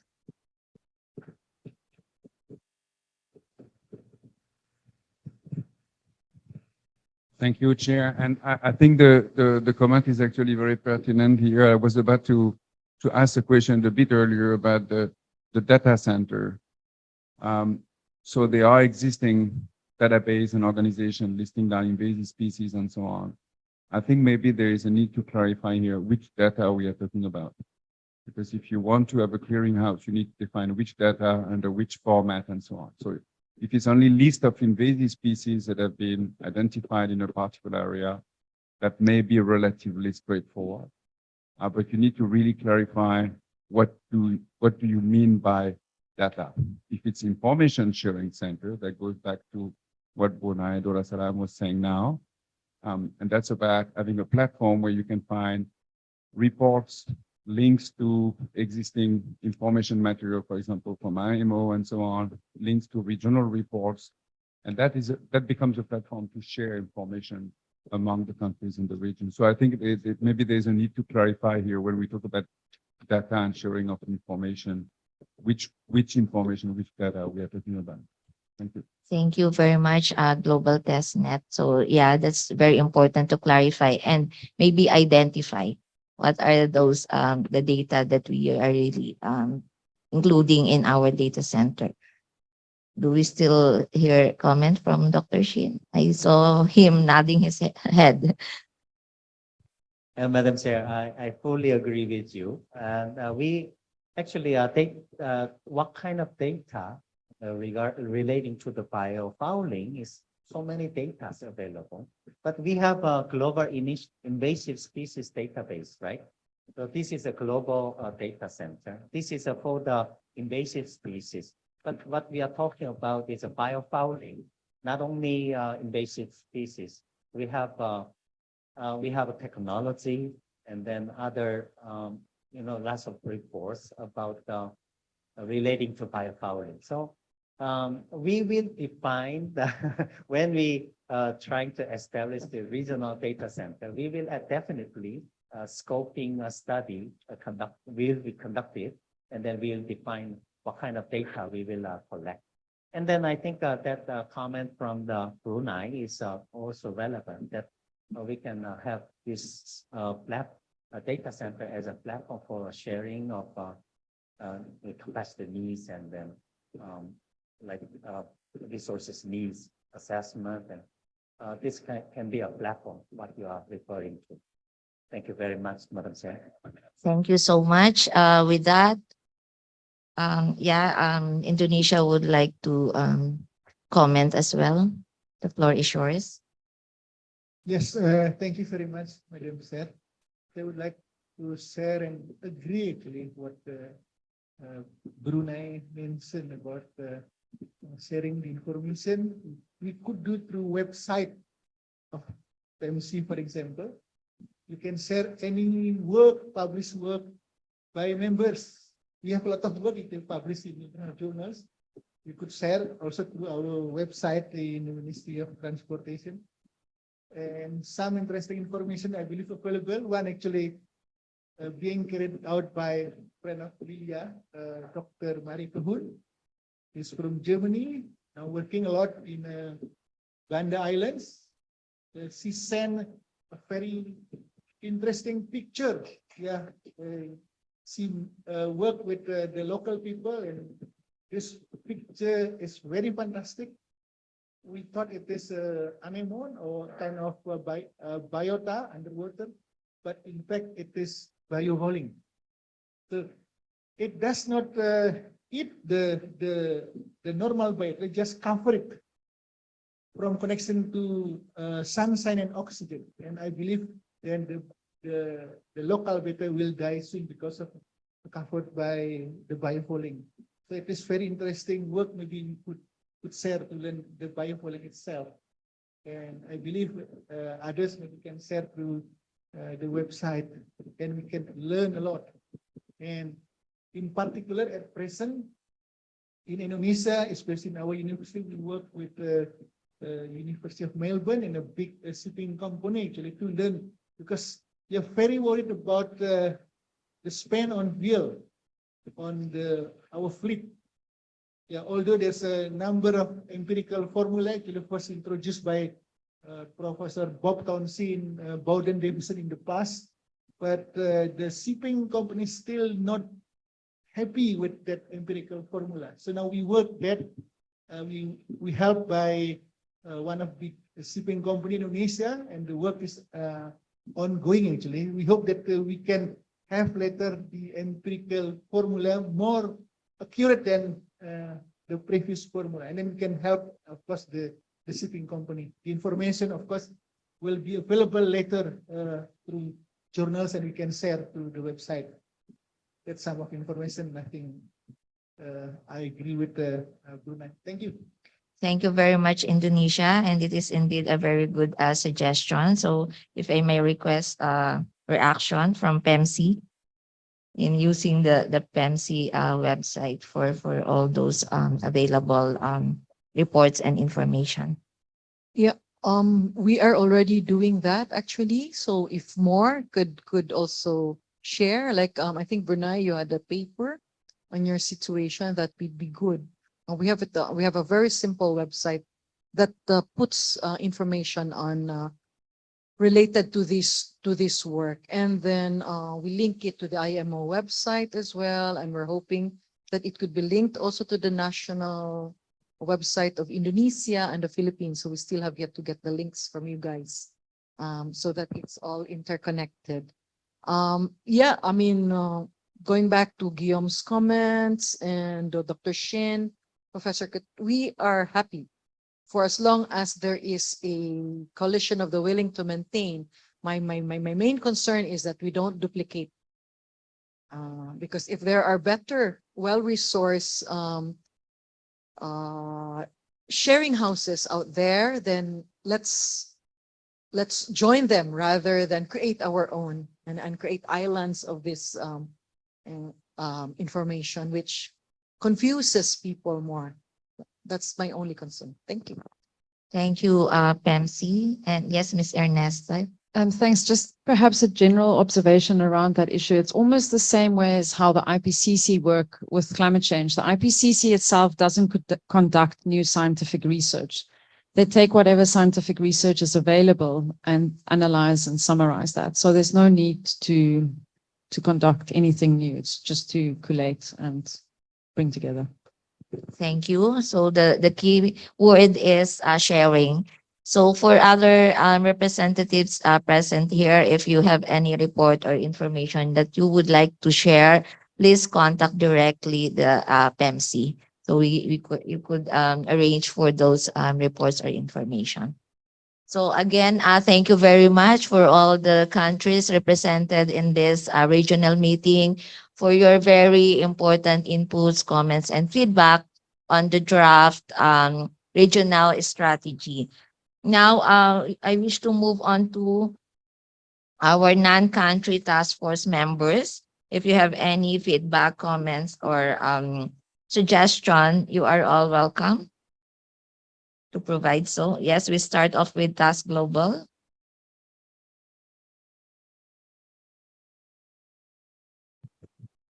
Sorry, before you proceed, Dr. Kim, I saw Ernesta raising it up.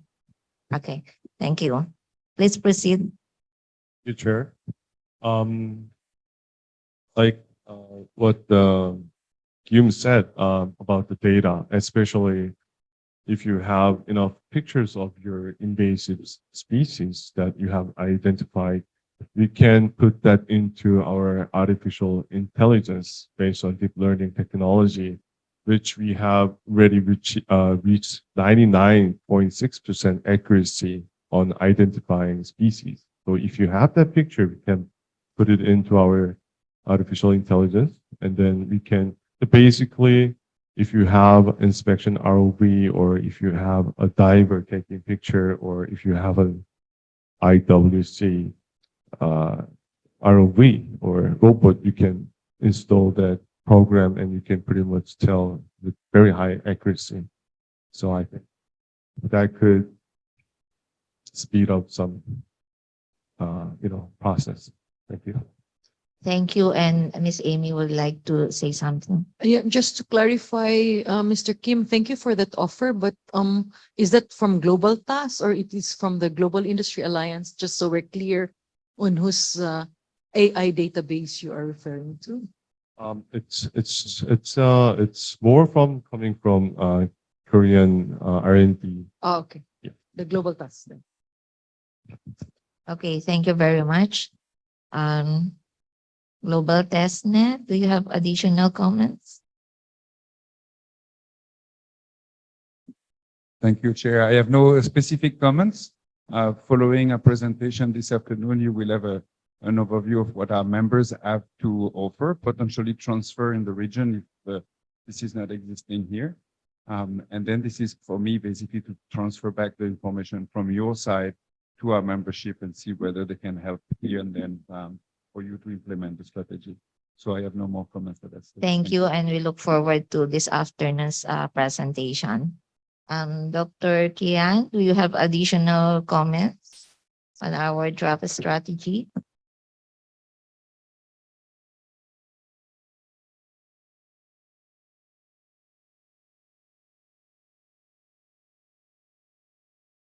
I guess there are no additional comments or feedback.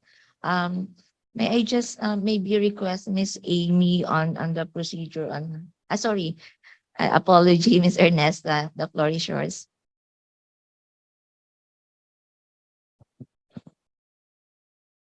Thank you very much, and thank you for the presentation on the draft regional strategy and then the feedback from all the countries. Just two general remarks.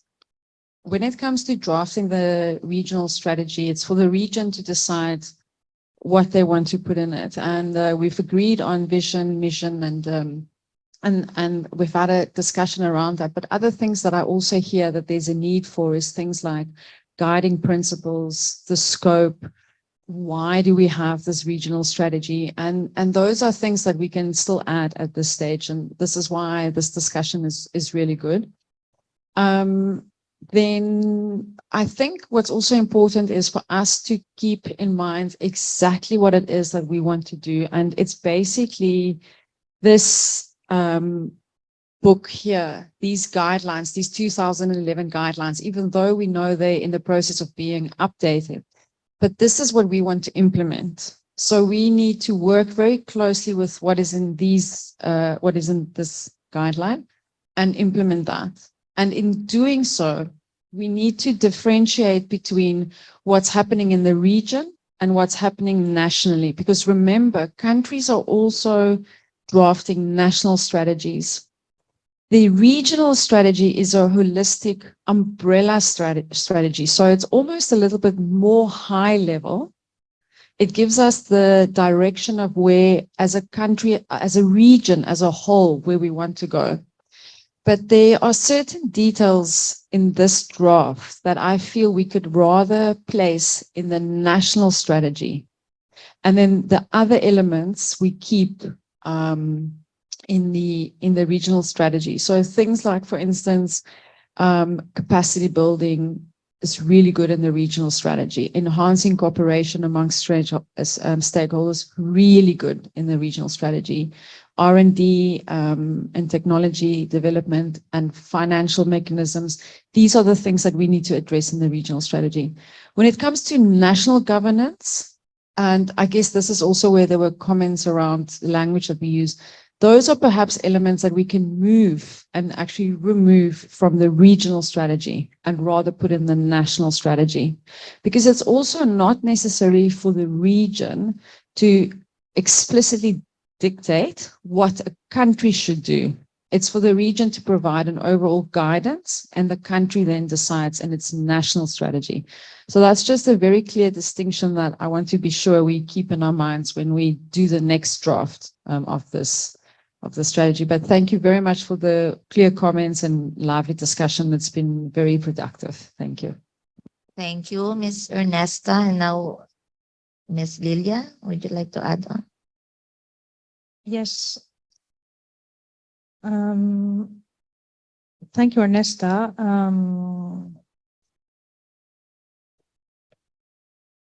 I definitely agree that in the strategy, in the action plan, the first part of the action plan, a lot of the action or activities are actually more national rather than regional. And perhaps here we should simply reword the strategic objective title by saying support the establishment of national biofouling governance, because this is what at the regional level would be needed to support the establishment of national biofouling governance. So that is one of the comments. The other comment is about the distinction between national legal and institutional arrangements and the development of a national biofouling management strategy. Just to say that large part of developing a national strategy should be to establish a national legal and institutional arrangement. So we might want to either start with an activity which is to develop the strategy, and as part of that, of course, developing a national legal and institutional framework should kind of derive from that strategy. Just a general comment here. Then maybe more on the terminology perspective, when we talk about, for example, under the strategic objective related to promoting R&D, in here I see we talk about technologies for biofouling removal. So there is a wide range of management practices that should not be limited to biofouling removal, which I understand is mainly cleaning, but there is also a primary measure which is to prevent biofouling growth through, for example, the use of anti-fouling coatings and paintings, and also other management measures. So it's not only cleaning or removing biofouling. So this needs to be adjusted a bit in terms of the terminology used. Then I had more a question related to the objective on build capacity. So there is an activity or an action related to a regional training facility. So it says a regional training facility for capacity building and training of personnel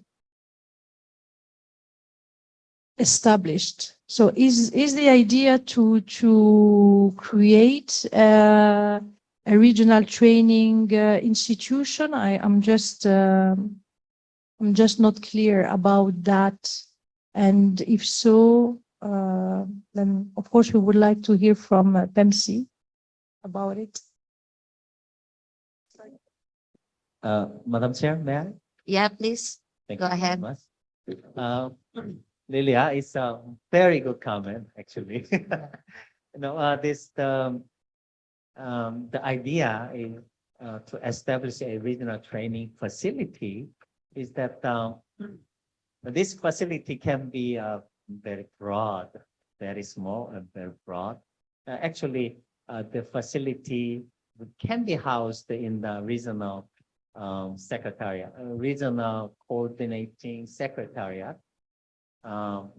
So we can change this facility. It sounds big, grandiose. So it can be a regional training, some hub or so. Let me think about a little bit tweaking of the terminology. I agree with you. Facilities are a little bit grandiose. Amy, you have an idea?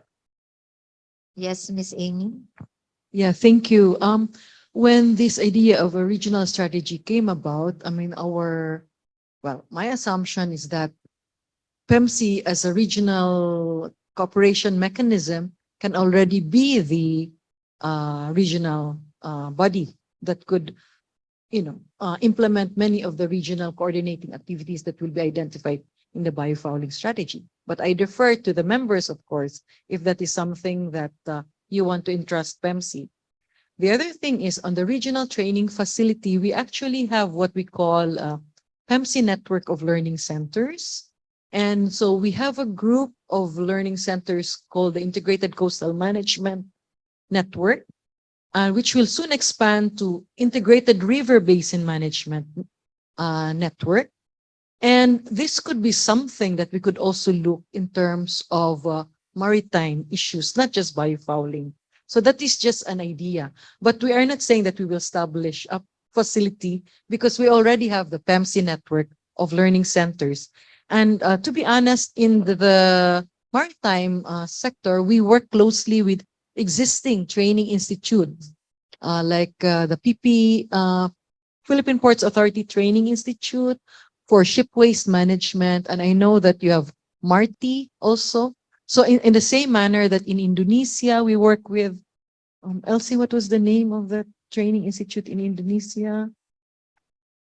Exactly, exactly. So we could, make that as some sort of loose network as well. So, but the idea is not to have a concrete facility in that sense. It's more network. Yeah, thank you. So, Madam Chair, another language is a regional training hub, not facility, a regional training hub for capacity building and training. So I would suggest a hub because PEMC already have like network of training institutes, so we can utilize that already existing PEMC network. So it can be a hub if acceptable. Thank you very much, Madam Chair. Thank you. And that's a very good idea that we don't really establish a new one, but we maximize and utilize existing learning centers. If I may, I really concur with Ernesta and Miss Lilia on the national, the first strategic action that we change it to support, and maybe the other actions could be encouraged, for example, the establishment and support, promote, etc. So because it's really the responsibility of the national or the countries to establish the national biofouling governance. So Ms. Lilia, the floor is yours if you have additional comments. A last one, actually. Just a general comment about conduct awareness building activities. So which is very good. I was just wondering if we could be a little bit more specific or not, I don't know, given that we understand that many countries, apart from essentially the Philippines and Indonesia and maybe a couple of others, are really not yet aware or very familiar with the issue. So if there are certain aspects related to biofouling management which needs specific focus, it would be good to have it recorded here. Just a general comment. And then more a suggestion, actually, to think about including a role at the regional level for PEMC or for PEMC countries which are involved in the correspondent group, which is mandated to review the biofouling guidelines. I think there is a need for PEMC countries to be updated about the international discussions and negotiations that are taking place at IMO. So I don't know if there is a way to include this into the action plan, maybe through an additional activity,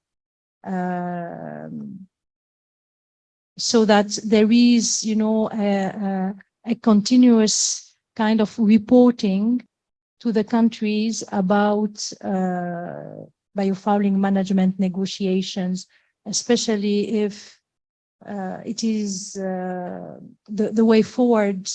We don't know, of course, what will happen, but one possibility which we cannot exclude is that the biofouling management guidelines may become also a convention. So if that's the case, we are embarking on a longer circle of negotiation, and would be good to have this link between the region and what is happening at the international level. And then, sorry, my last one. Maybe a question just to clarify, develop a regional program for biofouling management in the ES region.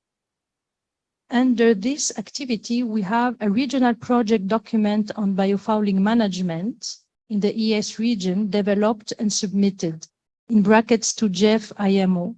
So I was just wondering what project document we are referring to. Is it a new project, a suggestion for a new project, or a continuation of Biofouling partnerships, or? Thank you. Madam Chair. Yeah, thank you very much. And yes, Dr. Shin, you have the floor. Actually, this is an idea and suggestion actually to IMO Biofouling project is a global project. So we feel that when I developed this regional strategy, we feel that we need a JEF project for the regional project. So IMO Biofouling project has a broader scale, but we may focus on this regional project. We may focus on specific item like technology development and then capacity building. Only few focuses. Global project is focusing on the establishing a frameworks, right? And then capacity building global level. But this regional level project might be focused on some of the specific tasks of the regional strategy. So regional project might be implementation of the regional strategy. So that is the idea. But if you think that is overlapping or, but IMO should be implementing agency, so you should help this is FMC countries. Thank you very much. Thank you. And you would like to respond, Ms. Lilia?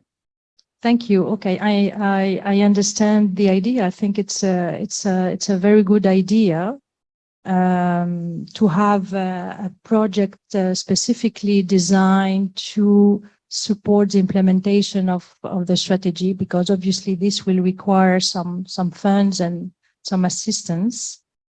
What I could suggest is to keep that in, but just to remove Jeff IMO, because we are limiting ourselves by mentioning Jeff. We might look for and find another donor, which won't necessarily be Jeff. So, yeah, thank you. Yeah, thank you. I guess that is valid, so we don't limit ourselves. There are maybe more interested multilateral or international donors. Indonesia, you would like to comment or ask question? It's okay.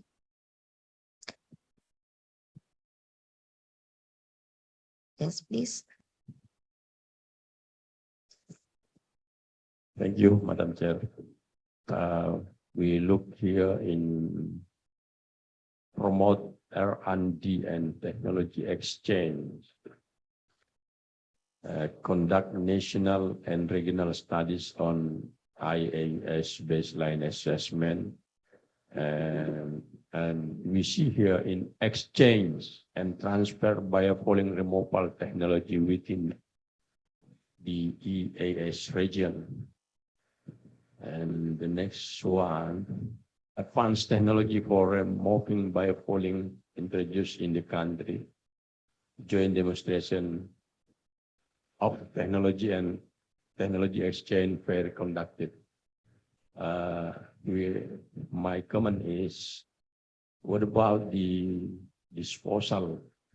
That we here in only talking about the technology of removing biofouling. So what about the technology of disposal of fouling? So how to put, I mean, where you put there, or just remove it and then leave it there? Or is there any technology for collecting or for or to maintain or to dispose the disposal? That's the first comment.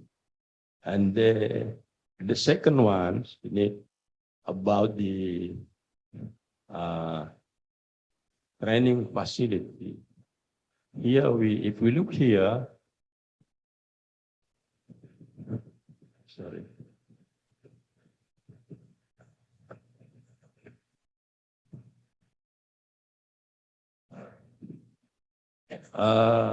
Build capacity and awareness on biofouling management in the EAS region. Conduct capacity building activities on biofouling management, and the next national and regional training on biofouling and AFS management tools conducted. And then a regional training facility for capacity building and training of personnel involved. My comment is some of training institutes like in Indonesia, that's mainly they have completely facility, but especially for a falling training facility, we should be make it what kind of special training we should install in this training institute. Is there any other equipment special for carry out the biofouling management? Thanks, that's all. Thank you, Indonesia. I guess for your first question, we recall that earlier, Ms. Lilia actually, or is it Ms. Ernesta, pointed out the biofouling removal, that we changed this to biofouling management so that the removal, disposal, and all others would be included in terms of the development of technologies as well as the exchange and transfer of technologies. So we will change the word because it's very limiting, and we'll put biofouling management to cover most of the areas. As to the second question, I guess Dr. Shin would like to share or respond to the specific training or the specialization that we have to identify to be included in the training facility, right? Dr. Shin, please. Yes, Madam Chair, I agree that we need to specify what kind of training we need to conduct. So before we establish this national regional training, of course we need to conduct a training needs assessment so that we don't know what to train, and then country by country we have a different focus area to train, and then we have a different need capacity country by country. So we will need to conduct a capacity needs assessment before we initiate any training activities. So when the PAMC will establish a regional hub or regional hub, I believe that we will conduct a needs assessment for the capacity training. Yeah. Thank you very much. We fully agree that, and that was also discussed earlier on the specific training that we really need. We have Ms. Lilia would like to. Just about training, just to say that, as I explained during my presentation, we have developed a general training course on biofouling management. And there are also other training coming under the project, under the Biofouling Partnership Project. The next one will be about the use of the biofouling management plan and record book, which is one of the main management measures which is recommended in the IMO guidelines, that every ship should carry a biofouling management plan and record book. So there will be a training on that specific issue. There will also be a training on inspections, and some other training also will be available for LPCs under another project, which is called Test Biofouling. So that is one thing to note. The other thing would be then to include in the action plan a bullet point saying that a need assessment will be carried out for training. Let's include this, and this might be something that can be, I don't know, led by PEMC maybe, to consult the member state to understand better what are the needs, etc. So we can then have a better idea of where the gaps are and how we can fill in these gaps. Thank you. And of course, we note the trainings identified and mentioned, and as well as we fully agree on the conduct of the training needs assessment or analysis to identify other trainings that we may need to implement the guidelines as well as implement the regional strategy. Any additional comments from our virtual participants from the plenary? Hearing none, we really indeed have a very good exchange and discussion on the draft regional strategy. We have an additional comment from Indonesia, please. Thank you, Madam Chair. It's another proposal which could be useful for all of us. I did talk to Pak Wahid. Next year, so the third RTF will be conducted in Indonesia. And following the last R&D Global Forum in London, we all know that there is a seminar session of research conducted by colleagues around the world, and there's a abstract sent and reviewed by the committee. What if in the third RTF we invite colleagues from the members to send abstract review and they present their work? I mean, we don't just have a meeting like this to this, but another work actually presenting by colleagues to show their effort in handling biofouling or any related work. I mean, besides the regular meeting, there will be paperwork read by members like the last R&D forum in London. Thank you.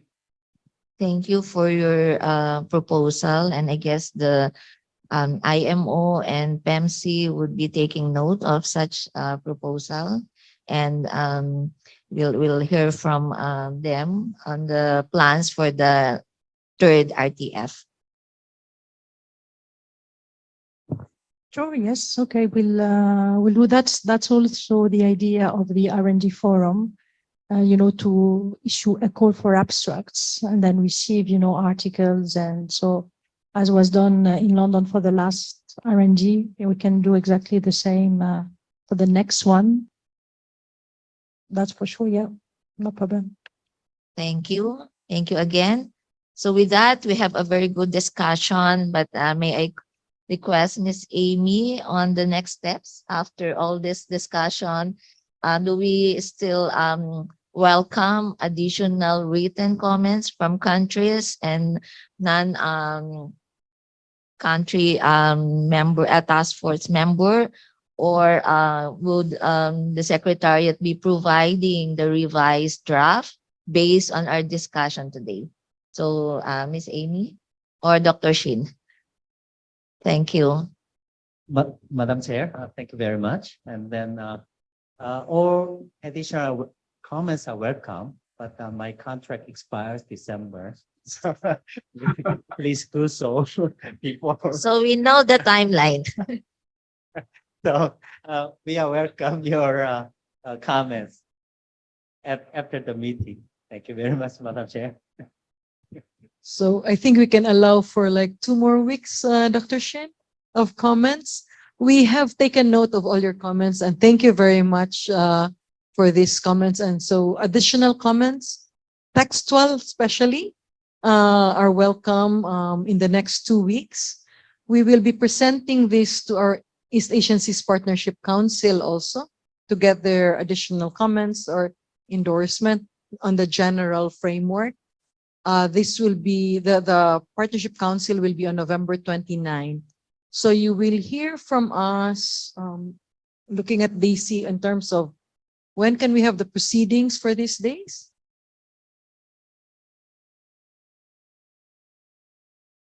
Meeting proceedings. We can have a simple one turn around after 1 week so that could serve as your report also to your countries. But then we will have a more detailed report probably before the year end also. Yeah. Okay.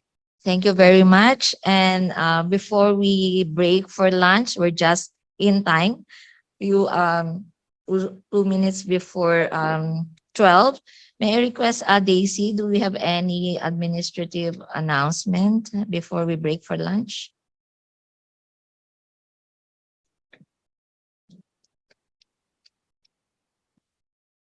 Thank you, Chair. I think we will have, I think later, the announcements for the details on the field trip for tomorrow. But for now, we will have our lunch break for, I think, 1 hour and let me check. 30 minutes. Okay, so we will resume, Madam Chair, at 1:30. So enjoy your lunch, everyone. Thank you. Thank you very much. And let's enjoy lunch at the same venue, right?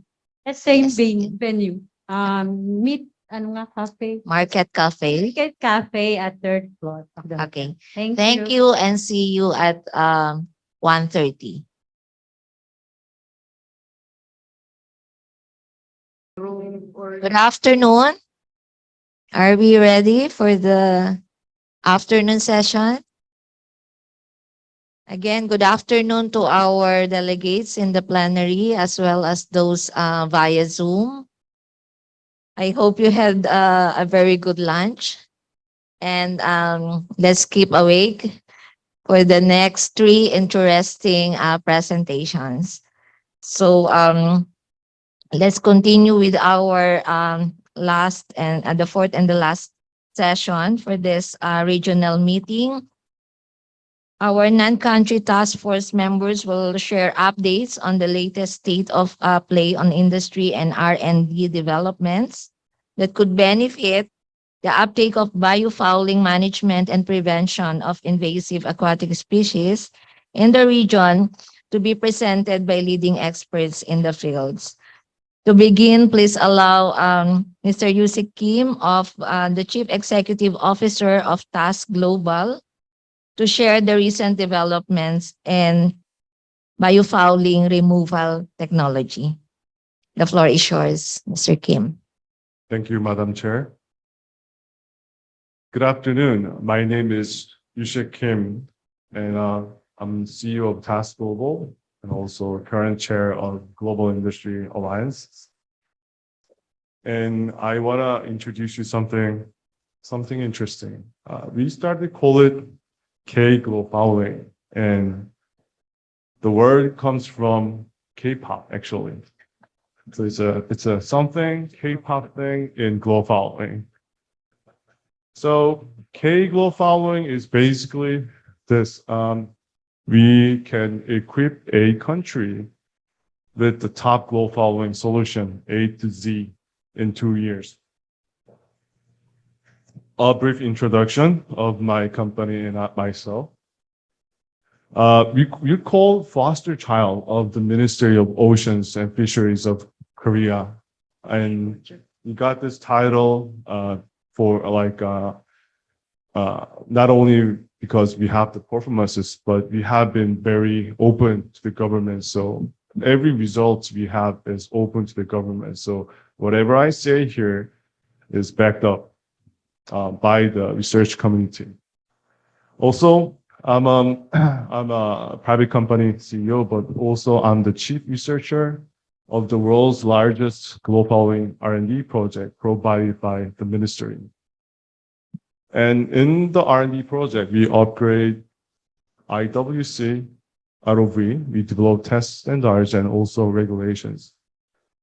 And also as a member of the GIA of the Global Following, we are trying to contribute to the world, and also we expect to become the first BIMCO IWC test. And also we are working with Lloyd for their own global standard. And we are the largest IWC provider in Korea. Actually, we are growing every month. We are getting larger every month. And also, we believe you're the only channel that you can have the whole global following partner, like a solution. We have the world's most efficient IWC robots, and pretty much the only robot which can work in a fast current. So what is K Global Following? K Global Following is to equip a developing country with the highest A to Z global following solution with the ODA funds. So what we can do together with your support is we can build an IWC industry. We can install like AI, artificial intelligence inspection, test standard, and also training, like not only the regulation part, but we can train in any kind of global following scientific matter. And also we train how you operate the ROV for the cleaning and for the inspection. And also, so it's like a realistic field training. So we can train everything for you. And yes, and through the course of 2 years, we can do the training and we can provide the industry and then everything. Plus, not only for the global following partnership, I mean, the solution, we can also provide something very useful for the industry. For example, real-time ISO 19030 based whole performance tool, pre-alarming system. Basically, it alarms that this ship could be fouled, something like that. So basically, if you go through the K Global Following, you can get a pretty much top line global following everything in your country. So what we have here is we're going through BIMCO IWC test procedure with Lloyds, and I think we'll be the first one to pass it in the world. So passing the BIMCO, the IWC means pretty much your system really works, and at the same time you can capture pretty much at the highest standard. And we have this insane record. We have world records in hull cleaning. For example, for the LOA 350 meter ship, for example, container, we did a hull cleaning for a 337 meter ship for the Musk, and it took us about 8 hours full hull cleaning. Although we had to put in about 4 ROVs, we normally use 2. And for the Hapaloid, it was like 366 meter ship. So it took us about 10 hours to finish the whole thing, and this is 3 times faster than anyone in the world. So our system looked like this, and plus, our system has such a very unique non-slipping underwater locomotive technology that our system can work in a really fast water. For example, up to about 3.5 knots. Hull cleaning happens in terminal. About less than 50% of the cleaning happens in the terminal, and more than 50% happens in an anchorage where the water is fast. Normally, tankers, they have to get cleaned in an anchorage. So we believe you're the only one who can actually clean the ship. For example, in the fast water. For example, the west coast of Korea, the sea between the China and Korea, because the water is shallow and the water cleaning is fast that way, and we regularly clean in this area. So a lot of people talk about capturing, and talk about the water treatment, the technology for the water treatment. But in reality, people say it is hard to capture. No, it's not.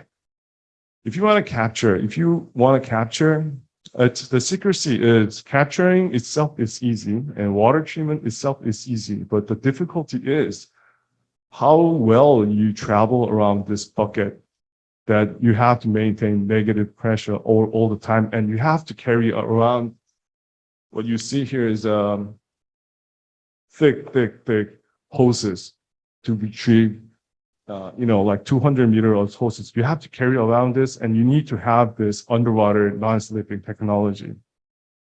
So this is the secret. I mean, capturing, easy. Filtration, you can pretty much filter. I'm going to show you something very new about the water treatment system. And the secrecy is like it is difficult to carry around, drag around these hoses.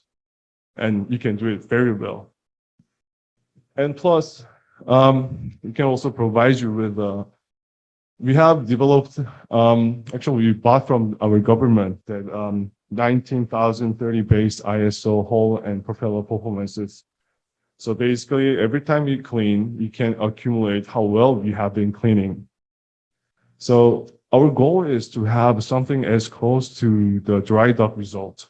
You can have pretty good result because underwater hull cleaning is all different. Every hull cleaning is different. The result is different, and we want to prove that we have the highest result, and you can have it. Plus, the water treatment system. Well, we have water treatment system too, and we've been proved by the scientific community. We can do 99.9 for anything above 10 micro, but there are better products. For example, the product you see here is the first ever water treatment system developed by or commercialized by BWTS company, which is SNSys. And this company has one of the best BWTS result in the world, and this is ready to be commercialized. This can not only capture any living or non-living, anything above 10 micro, but also this one is expected to capture melted metal too. So this is like first in kind, not only doing the melted water and also by commercialized BWTS company. Plus, for the government, for the authorities to see easily, what kind of species you have on your ship or how much has been covered by biofouling, it's always easier to have artificial intelligence. And in this, we have been developing it, and we already have 96% accuracy on how much biofouling is on your ship.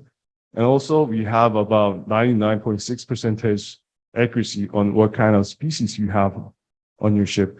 Right now, we only have about 5 species, but like the conversation we had before, the more picture you have, you can put it into the system. And as far as what I have seen for this development, we've been really fast on this. So I think this is ready to be commercialized with your help. We'll adjust to your water and your species, whatever species you have. And another thing, this is, this K-Global following is combination of our company plus some giant company, KCC, Hyundai Global, and also maybe some other entity. And, for example, there is artificial intelligence that if some ship stays in certain water at a certain temperature at a certain period of time, artificial intelligence will tell you have to see the whole of the ship. There's gotta be something. So you can also provide you with the artificial pre-warning system. And for the test thing, the test standard, I think, no one has passed BIMCO IWC test, but if you pass one, it's like, current IMO guideline is getting close to the BIMCO test. It's getting closer every time it goes to the review, and it's getting close to the BIMCO test. And I think whatever you want to use in your country, you can either use BIMCO or you can modify it. I think it's kind of like, you just need to decide. And plus, Plus, we are inventing a new technology for measuring exactly how much this system can capture using artificial biofouling. Plus, we are accelerating biofouling growth, the organic biogrowing growth, so we can know exactly the weight of it, and also the scientific training for the environmental risk evaluation. So like for the technology and as an industry, this is a very, very interesting, very growing extremely rapidly and also very profitable maybe. So IWC demand is soaring actually. It has been soaring this year too because of the greenhouse gas emission and also, biofouling invasive species. This industry is increasing. We expect the industry is exploding like 5 times. And as soon as this industry is exploding, the ship owners are looking for more options to clean, like more places to clean and shorter time to clean. And also, it's like economic prices. So what that means is like ships needs to be cleaned in a shorter time. Basically, sometimes, the container ship, they have about 14 hours, and sometimes they have a bunkering coming in, or they have something different, like situation that they only have like 8-9 hours. So you have to finish it in that hours. And also, the tankers, the only option they can clean is at the anchorage in a fast water because they cannot clean while they're loading or unloading. So you gotta have this technology to clean at the anchorage. And I saw this ship floating in front of the Manila and like, you gotta clean there too. So in coming years, the R&D is not finished. R&D is not finished. And in coming years, we believe the speed of the cleaning will be twice as fast as now. So it will be insanely fast. Full hull cleaning of a 350-meter ship can be done in 4 to 5 hours. And also, we're also developing fully autonomous, multi-autonomous ROV control, which means you can control 4 ROVs autonomously at the same time. Plus, it's gonna read and it's gonna read automatically, and it will with the artificial intelligence, it can tell you which area has been cleaned or not. And also, we're gonna integrate every system in one system, so you can know what's going on, how much we are cleaning, how well we are cleaning, at the same time, what kind of water treatment we're doing right now.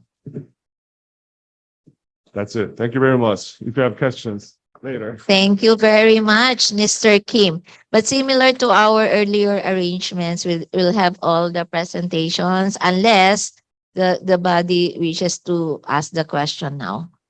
Or do we raise the questions later? As a pleasure. Or you may forget your question and you want to ask the questions now.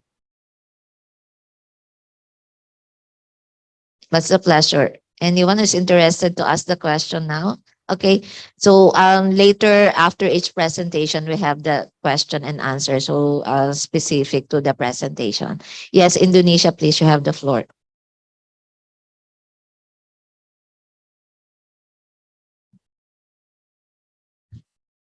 Thank you, Madam Chair. Thanks, Mr. Kim. In line with my questions this morning, according to how to collect the disposal of the falling after cleaning the ship. From your video, we couldn't see how to make the disposal of it. So could you have any explanation about that, please? Thank you.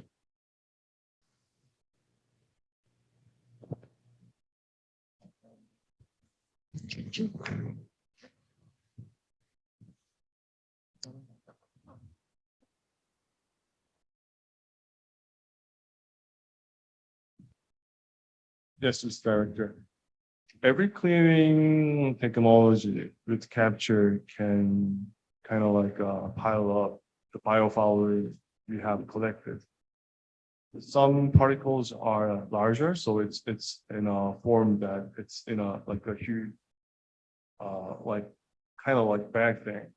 And some kind is something smaller than like a 10 micro. It comes in a like filter, big filter. So it's what we do like after that we bring it to the land, and we right now there isn't like specific regulation or like a government made procedure for that specific um, waste, for example.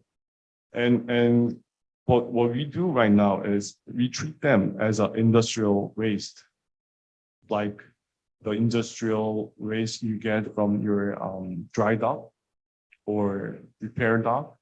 So we pay the money to get rid of, I mean, to rid of the waste as same as the industrial waste. And the thing is, the amount of waste is not like same to the level of industrial waste you can get from the dry dock, which is in tons, right?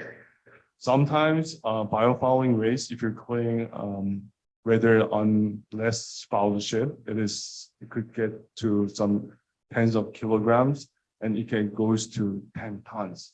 So it really depends on what kind of ship you're cleaning. So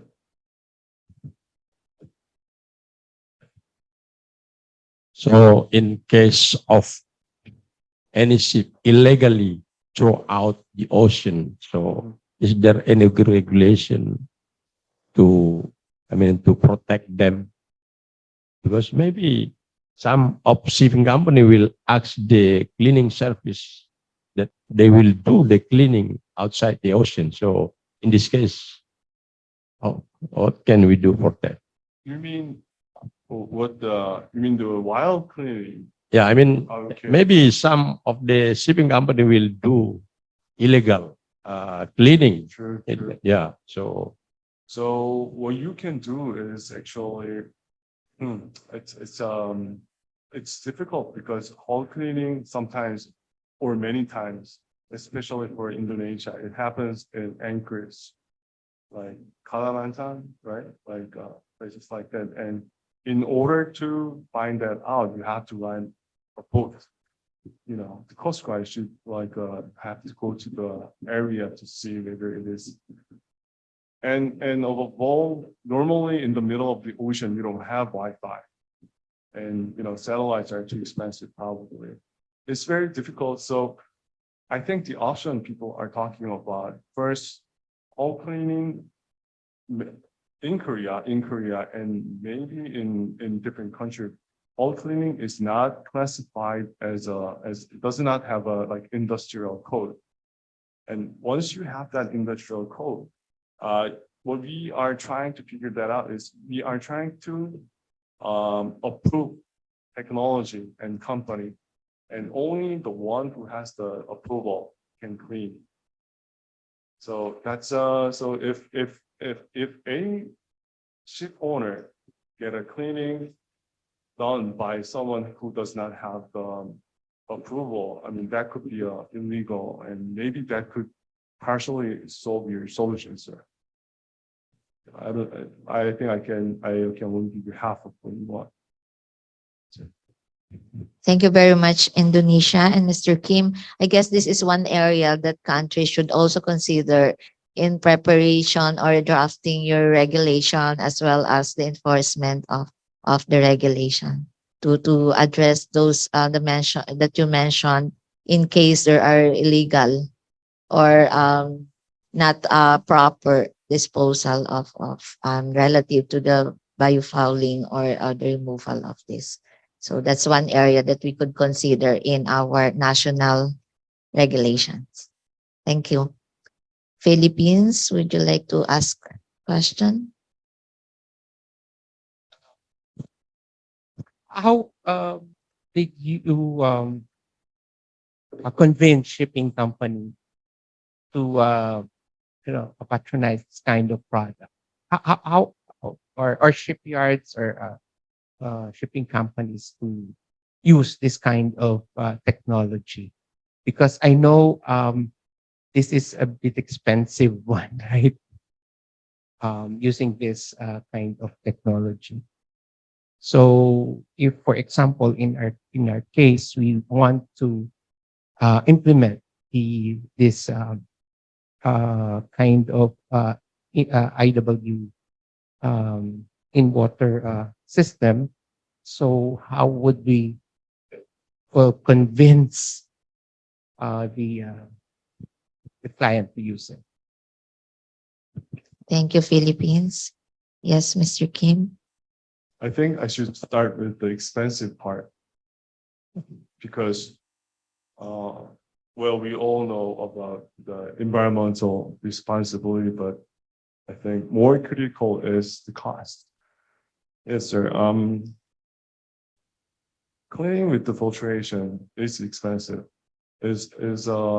Water treatment is expensive, but for example, home cleaning by divers, cost of home cleaning by divers, let's say it costs about $100 per hour. And home cleaning by robot costs about $200 or $300 per hour. But the beauty is we finish about 3 times faster. So if you want it, you can have it cheaper even compared to the diver, if you want it. But if you theoretically, but if your water is prohibited to clean without capture, if you prohibit that, virtually all divers cannot clean. So you can in terms of cost, you can really low because you have very efficient system. But once you have any kind of regulation, you can get still, the fuel saving is a lot better. It's a lot bigger than any kind of hull cleaning. But if you really want it, you can go cheaper than any divers too. For example, in Korea, we've been competing with the diving company, 30, 50 years old diving company. And we still are cheaper than them. And we still became the largest one in very short time. And about the shipping, for example, it is impossible for, let's say, for 200-meter ship or 300-meter ship to see, you cannot like how the cleaning quality is because you can only see a fraction of it. Let's say you see a picture of a 500 picture underwater, you're only gonna see about 1% of it, even though it is 500 picture. So there are many ship owners that are really disappointed with the quality of the divers because it's physically really, really demanding and it's a really tough job. But for example, some companies like for H&M, the largest one, or Musk, one of the largest container owner, they use our system because even we provide it at a cheaper price, but forgetting that, they have better performances. They have more fuel savings. So they have, and also we have another client called H Line. They have about, I think, 80 bulk carriers, very big ones, like around 300-meter range. And they only choose us because of the quality. So quality is better too. At the same time, you can go cheaper, yes. And still, yeah. Thank you very much.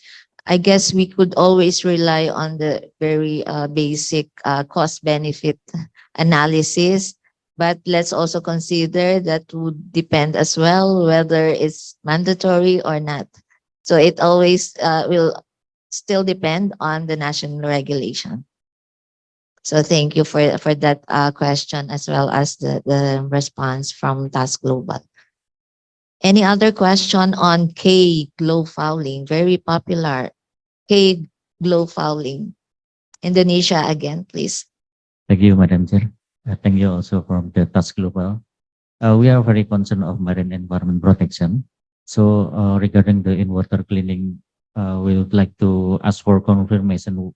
First of all, we care really about the capture, the technology capture, because according to our study with Dr. Rianto also that this, if we clean the hull, the falling hull, it will release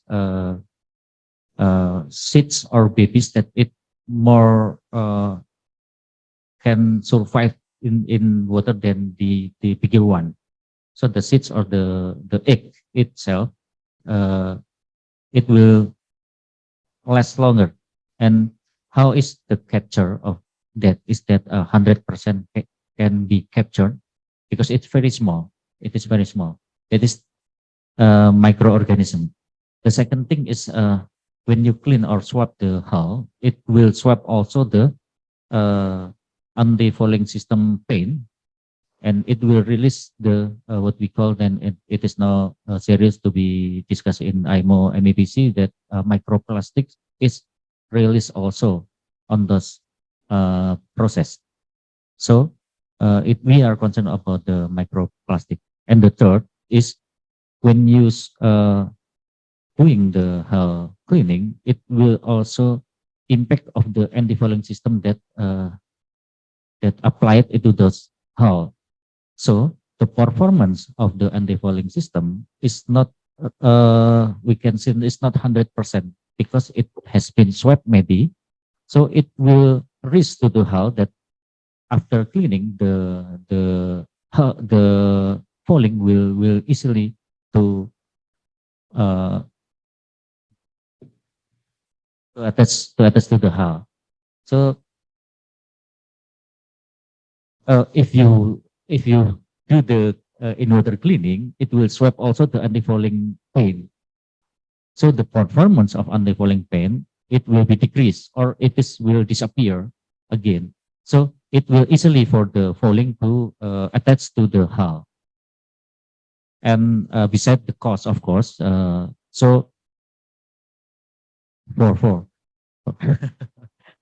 one more, it's not a question, but we are thinking that we believe that the protection itself is more important than the treatment. So the protection of the hull. So just like Indonesia, we are strictly implement that the anti-fouling system should be applied to the vessel, and the dry dock period should be strictly 1 year for passenger vessel and 30 months for American vessel, another American vessel. So it will every ship will be monitored within the dry docking, and they will do the dry dock cleaning for the hull and another area.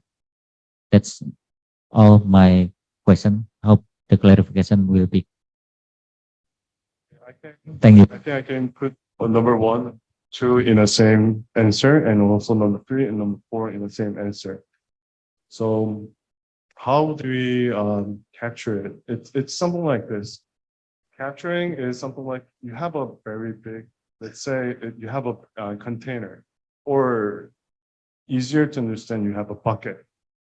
You have a bucket and you need to have a very small opening, maybe 1 or 2 millimeter opening around it. And you pour the water out of it, like 10 tons per hour, something like that. So if you do that, or you can cover it. If you do that, I'm saying there isn't any technology developed yet in the world that can measure like 99% or 98% exact percentage. So what we do is we are also developing the methodology to exactly to like 1% level. Not only we're developing artificial, and we are also accelerating biofouling. So we can use both bio and non-bio test bed to measure exactly how much we are collecting. So I'm sorry, I cannot tell you exactly how much we are capturing. Like there isn't in the world 1%, like 100%. But what you can do is you can calculate it. Like if you have the small opening around the bucket and if you're pulling water out from the bucket and if you're carrying around it, you know how much pressure the water is going in through the thing into the bucket. And basically, if you clean without capturing, you're gonna see all kind of debris coming, like floating around your system. But if you're doing correctly, you're not gonna see anything. So right now, I think even BIMCO and also many methodologies says visual. It has to be nothing coming out of it because these paint debris are as small as like 5 micro. And even if it is 5 micro, you're gonna see the reddish water coming out of it. So it's at this point, I think that's the best methodology. And when the time goes through, you're gonna know exactly or as close to the possibility of what you can capture. But capturing is maintaining the negative pressure and just sucking everything out. Does that help your answer? There isn't any perfect answer for you now, but you're getting there. So basically, if you feel inadequate, you pull out 15 ton or more or 20 ton or more. You can do that too. Yes, our worry is that the small particles that not being captured is released, and that was released was the egg or the babies. Yes, that is more strong than the bigger particles, but because the seeds of the falling that when it was released and if they find the good environmental, just like temperature or salinity, they will develop. It's easy to develop, but that is not the easy for the biggest, bigger materials, bigger falling, because the seeds, the eggs is more stronger than it. You're worried about the microorganism. Yes. Yes. Yes. And one of the test method you can do is we can use ink underwater. So no inks. Ink is practically, it doesn't have a particle, right? It's melts into water. Yes, if we compare it when we do it on the dry dock, we capture all, and we can easily to treat them, and we can say that more than 99% will be Not sure captured. if you can say 99%. Yes, but you can say that. easier, yeah, but easier to manage. That's one of the methods you can use it. So there is it's a matter of how much big opening you have in your capturing module or a bucket and how much water you're pulling out. That's the simple equation. And keep saying, my point is the difficulty is not having a bucket, but how well you move with the bucket with the about 6.5 centimeter in diameter hoses, 150 meter. And about the question number 3 and 4, yes, anti-fouling is very important, and there's 2 major methods to clean the fouling. The first one is conventional. You're using polyethylene or polypropylene plastic brushes that you see mostly with your diving technology brushes. Study says if you use it, you are going to peel off about more than 100 micro. Like if you're using very soft one, you're getting rid of about 50 micro of it. And there's about 350 micrometer thick AF applied to your ship, but depending on the age of your ship, you may only have 150. So in practical, if you have something like heavy fouling, you need to use very hard polyethylene or PE or PP plastic. So it will probably rid of the AF coating up to like 70, 80%. So it is very dangerous to do that. And people say there is no technology that can 100% protect the AF coating because AF coatings are melted. You know that, right? So there are about 5 micro portion which is already melt, which is about which the coat maker call it swell portion. So even if you blow the part, it will peel off, but it's supposed to melt away. So that 5 micro part will take off no matter what cleaning method you use. You can use either cavitational water method but from my point of view, not point of view, I believe in it, but water cavitation, sometimes if you pass through there's always crack in the water, right? Because, there's a tugboats, and if you pass through there and it will just open up, right? So we use something, AF is practically, epoxy or plastic, right? So what we use is, we use rubber sponge. So there isn't any technology 100% protect the AF, but we can protect something below that, other than that 5 micro swell portion. That's the best we can do. Anyone can do that thing. That's my answer. Okay. Thank you very much, Indonesia and Mr. Kim. Maybe if you have additional questions, we can go back later after all the presentations. But we thank, of course, Mr. Kim and Task Global for the presentation of K Glow Fouling application or solution, which is an A to C solution. And we are really, this is really an interesting presentation using artificial intelligence and robotics. So for more technical details, I guess you can, of course, anytime contact as well, Mr. Kim, on more detailed technical questions. Anyway, we can move on now to our next presentation from Global Testnet. Mr. Guillaume Drile, who is the chair of the Global Testnet Marine Field Services and Monitoring, and the regional manager for Asia and Oceania Industries and Environment, to present to us the updates on the standardization and testing of biofouling. The floor is yours, sir. Thank you very much, Chair, and good afternoon, everyone. Well, you have met me already. I'm Guillaume. I'm the chair of the Global Testnet. I will explain you a little bit who we are, what we do, because Global Testnet is an organization, it's an NGO, and we represent many testing organizations. So basically, we are an organization representing laboratories, testing laboratories, okay? And I will explain you what Global Testnet is doing, and then I will list down a series of activities and capabilities that our members have in different places of the world. And it's just for your information, some of these, I would say, capabilities may be of interest for you in implementing your strategy.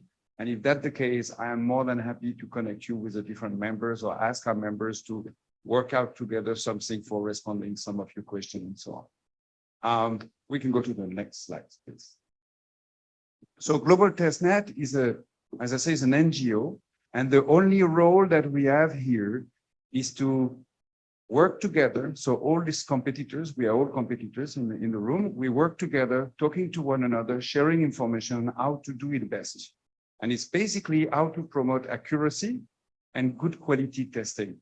And we are only dealing for biofouling with shipping, by the way, only ships. We're not dealing with aquaculture. We're not dealing with offshore, only ships.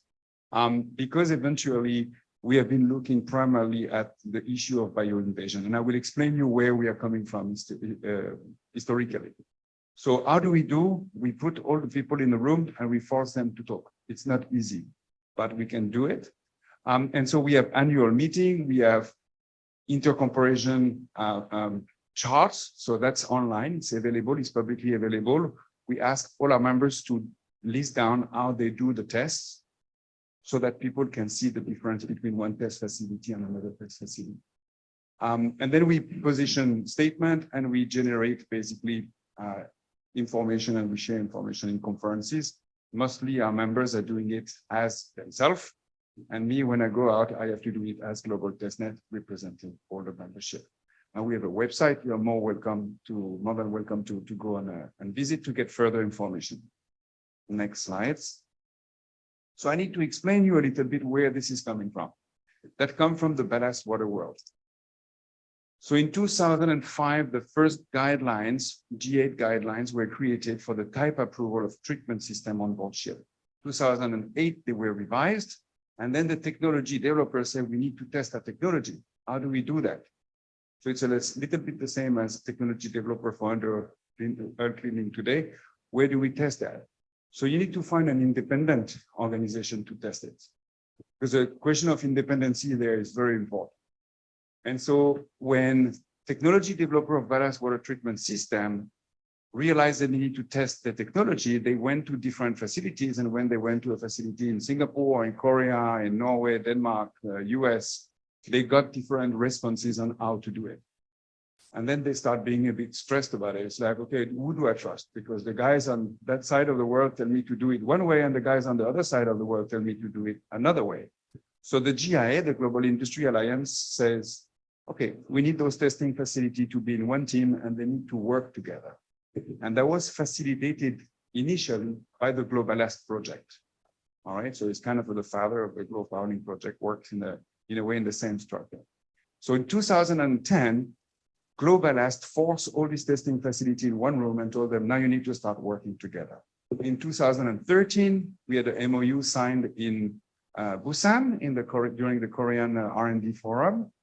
And then we start developing bylaws, and we supported the Glow Fouling project, saying we are happy to be a strategic partner if that can help the testing facility to talk to one another, because it took us already 8 or 9 years to reach a situation where people are confident to talk with others. So let's use that platform. And we are now NGO incorporated in the UK, and we are sitting as a consultative status NGO at the IMO, meaning we can submit information paper at the IMO saying this is what the test facility consider is the right way to go. Next slide. We have 14 members so far. And you see the headquarters in the blue dots are not in Asia. We don't have any companies from Asia with headquarters in Asia yet in the global testnet. It doesn't mean it's not possible. It means that if you know testing organization in your region who are dealing with ballast water, biofouling management, sewage treatment plan, the type approval, and so on, they are more than welcome actually to ask to join us. We have a few requirements, conflict of interest policy, and so on. We want to be really independent. Next slides. And now what I'm going to do is I'm going to list down some of the activities our members are doing. I am not necessarily an expert in myself in all these particular activities, but it gives you an idea of what we do. And again, if you see any need, or if you have any question to our members, I am more than happy to bring those questions to them. And the timing is perfect because we are actually meeting in 2 weeks in London for our annual meeting. So we will have time to discuss those technical matters. Next. So we have some of our members who are doing basically anti-fouling system and painting system for material testing. We have some that are doing anti-fouling system performance testing. So you look at how much biofouling occurs on the anti-fouling system, depending on the types and so on, properties around, toxicity, resistance to abrasion. So the chemical and the physical part, basically, of anti-fouling system. So we're talking to tell you about the EFS. Yeah. Next.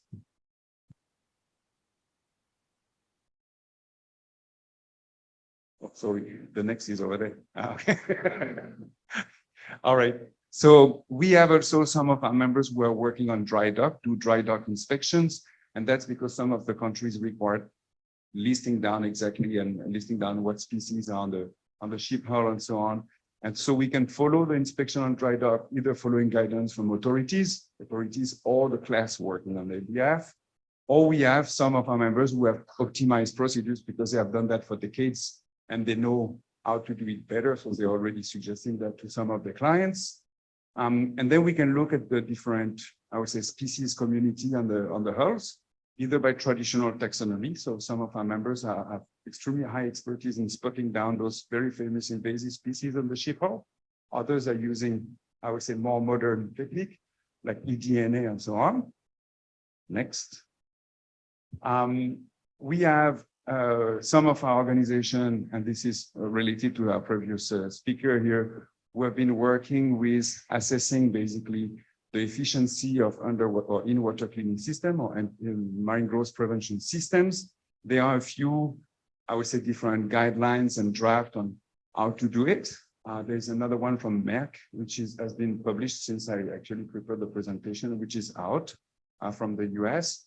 So our members are not necessarily developing those guidelines, but they will now, because it was too late for them to put the guidelines together. It was already ongoing with other organizations like PIMCO and so on, but they will comment eventually and say, based on our expertise, this is more workable, this is more robust from a testing point of view and so on. Next. We have some of our members who work independently on supporting technology developer in optimizing the technology. And that include testing totally controlled setup, so closed tanks and so on.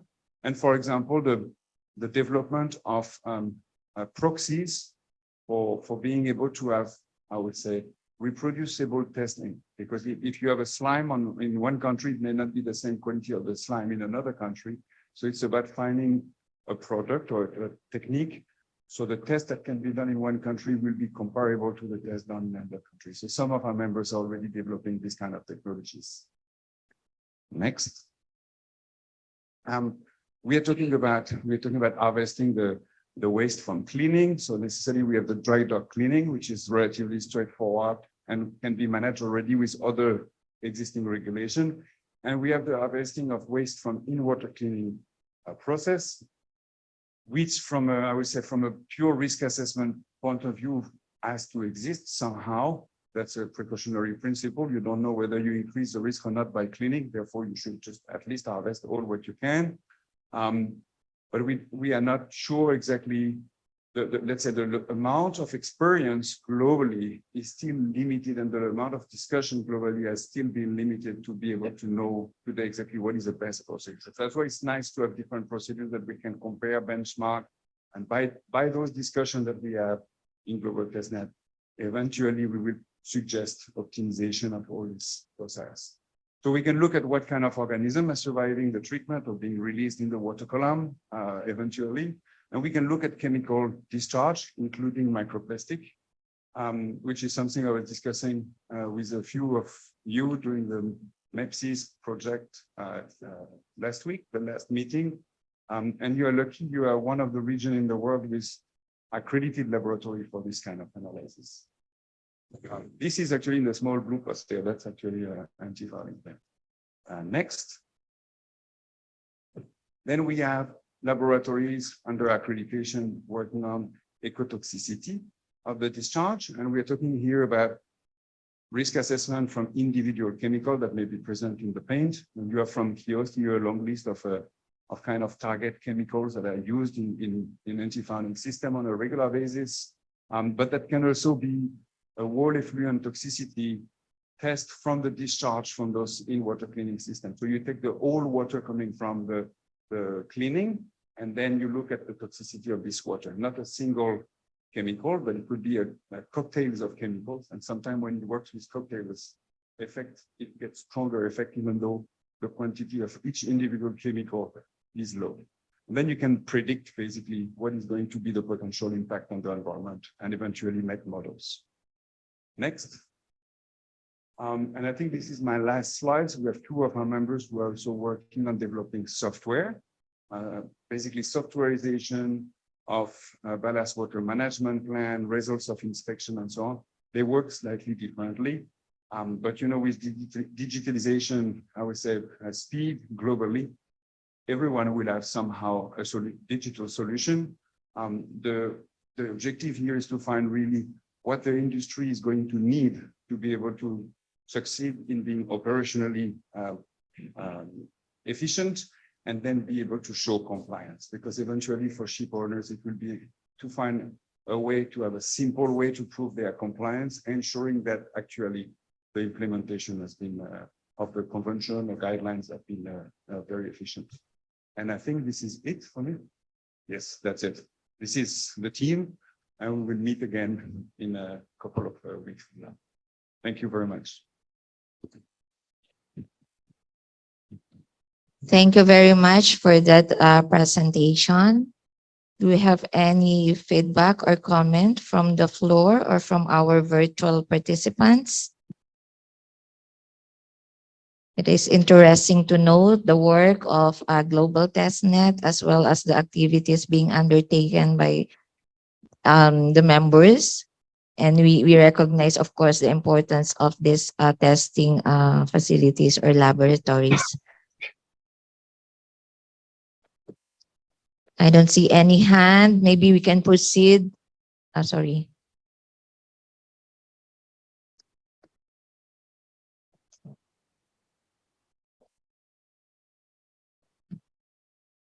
Sorry.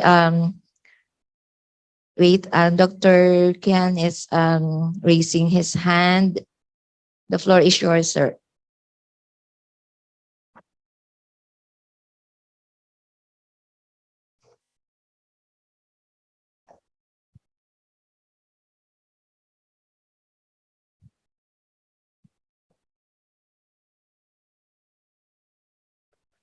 We recognize Dr. Kian.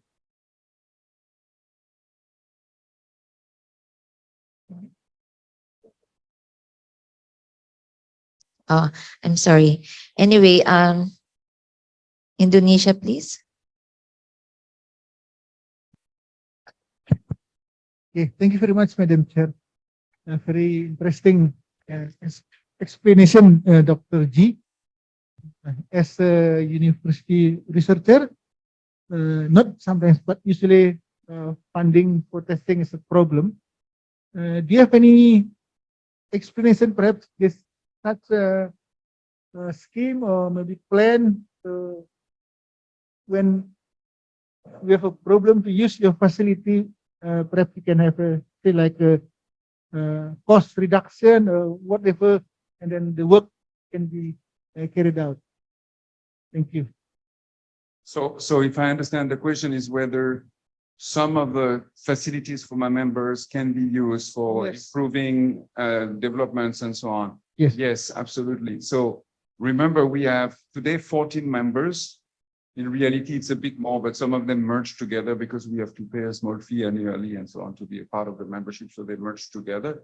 But basically, what we have is, as part of the membership, each of the members is carrying out different activities, but some of them are similar to one another. So we have people doing ballast water testing type approval. We have people doing ballast water testing for commissioning. Some do BOS, people doing ecotoxicology, people working on in-water cleaning system, people working on anti-fouling system, and a combination of everything, right? So nobody does everything, but everybody does a few of those activities, right? And so when we are sitting in the global testnet meetings, we are having technical discussion about what is the best procedure to do that. And so what we do is we share with one another experience. And we share with one another experience because we know the person in front of us, even though we are competitors, is someone who is actually trying to do it better. So there is a commitment basically to try to go as accurate and as robust testing as possible. And this is why one of the primary requirements for our organization is members have to have a conflict of interest policy. They should be totally disconnected from technology developers, ship owners, and so on. We have to have that disconnect. So I was giving an example, I think that was during the Biofouling R&D forum, and I say, ballast water, the anti-fouling or biofouling management, that will end up exactly like brushing your teeth with the kids. You make the rule, you say, kids, you need to brush your teeth twice a day, 3 minutes. And once you're done, you write down on a piece of paper behind the bathroom door. So your mom, she's management company, can go and verify that actually you have followed the procedures, right? Once or twice a year, you send to an independent party, totally independent, let's call it dentist. It's a bit expensive, but he verify whether it's working or not. And they fix if necessary, right? And then me at home, I'm the port state control officer. I'm the one, once in a while, I verify. If I'm not happy, I take the candies away and I say, I punish you, no more candies for the next 1 month, right? But you need all these steps, basically, and all these parties in order to succeed. Global testnet member, where they sit, is really in verification and compliance and testing, but they are not into operating system. They are not into developing system. They work with clients, sometimes to help them to optimize based on the expertise. But there is clearly a disconnect between what we do with our clients, what we do for research, for example, with universities and so on, because we have facilities so university can work with us. There's a lot of development that have been done through the testing organization today. Why? Because we have the tools. We have, for example, type approval testing, you have big tanks, big pumps, specific isokinetic sampling ports and so, and you can play with it. So this is basically a fantastic testing bed for research as well. So most of our members also carry out research together with a university on the side. It's a very normal thing. That responds to your question. Thank you so much for that good exchange. Maybe go back to Dr. Kian. Is that for me? Hello? Can you hear me? Sir, we cannot hear you. You cannot hear me?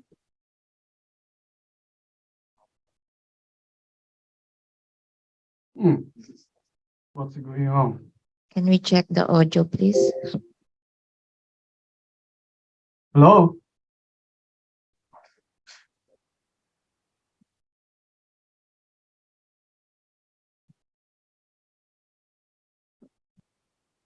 My system is okay. Yeah, okay. Now it's okay. Yeah. We can hear you, sir. Please Okay. Proceed. Okay, thank you. Well, actually, so Dr. Dwellett already answered part of my questions. So my real question is that when have multiple institutions from different countries involved this kind of I call it the testing consortium, any kind of intercalibration effort?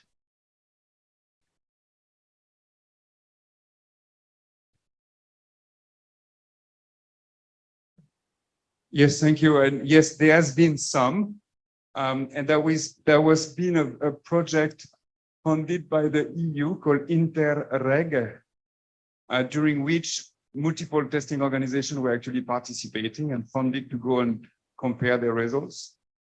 In terms of ballast water sampling and analysis, there has been a research program funded by BSH, the German administration. And I'm trying to find the name of the cruise.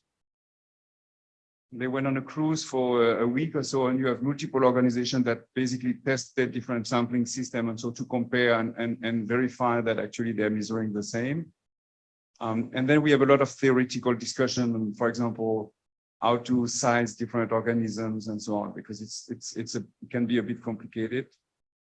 And I need to find the name of that cruise. I will find for you. The documents are all on the BSH website, basically. All this information has been shared. Meteor Cruise, it was called. The reason I raised this is because early days, we were, so we were involved in kind of efforts organized by a group of scientists in the United States, involved the University of Maryland, the University of Texas A&M, and also the institution in mainland China, talking about developing the protocols for the testing ballast waters. So for that, we try to figure out what kind of, so we call the intercalculations we can carry it out. But we spending over a year or two discussing about the issues, and we end up getting nowhere. That's why I ask you. Thank you.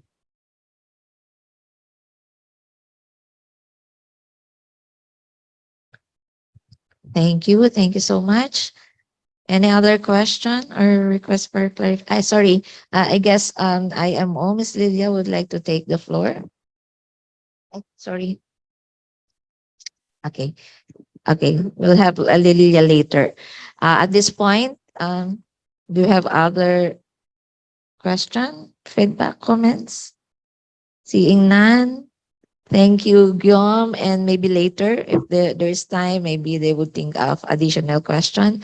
So at this point, may we proceed to the presentation of Dr. Kian of the University of the Hong Kong University of Science and Technology. The floor is yours, sir.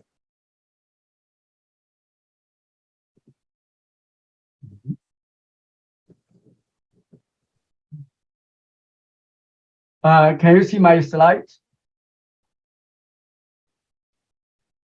Yes, we can see the slide. Okay.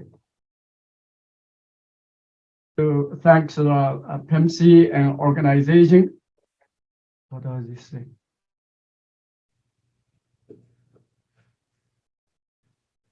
Oh, sorry, there is something popping says there is a system error.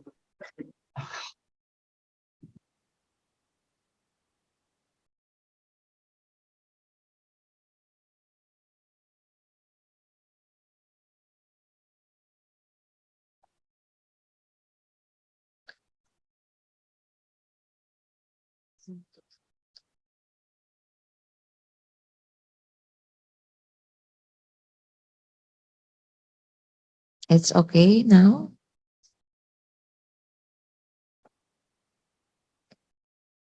Professor, you have to unmute.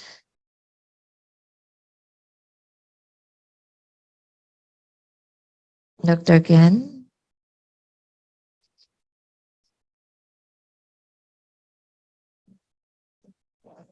Who somebody mute me actually. Okay. Can you hear me now? Sorry. Yeah, yes, it's clear. Okay. Thank you very much for invitation for me to participate in this very meaningful meetings. And also I appreciate also the presentation from the previous two speakers and also the report from the participating countries. In my in this short presentation, I just want to share with you a little bit about the anti-fouling technology that developed, by my groups and also in collaboration with a number of the institutions that can be, available to the, for the maritime industry in the near futures. Why this is not moving my slides? Okay. So I guess I don't need to really elaborate this the slides because the entire meeting is about the biofouling. Just a little bit of information for the audience because some of our representative asking about the economic impacts caused by the biofouling.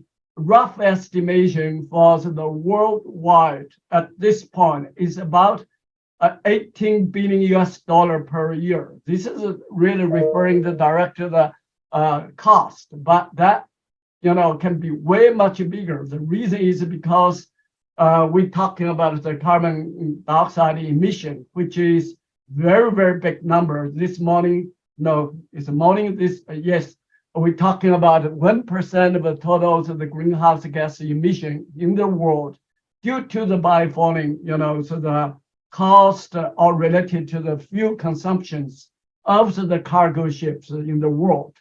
So how to deal with the, why this does not, something wrong with the system.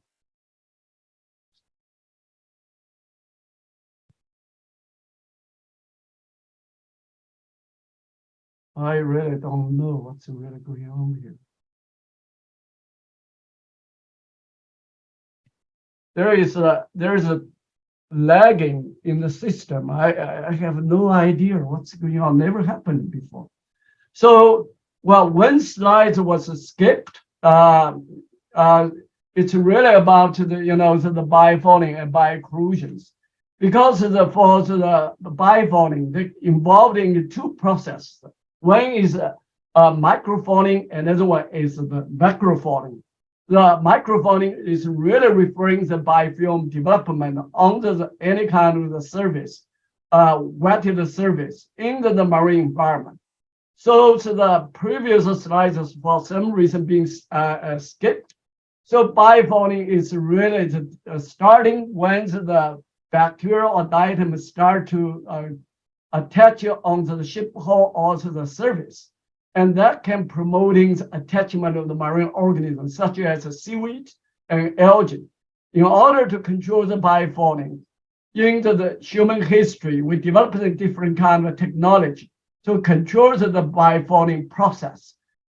Starting from the human early civilization, we're using, so that even oils, even, so the different kind of oil being put in on the ship hulls.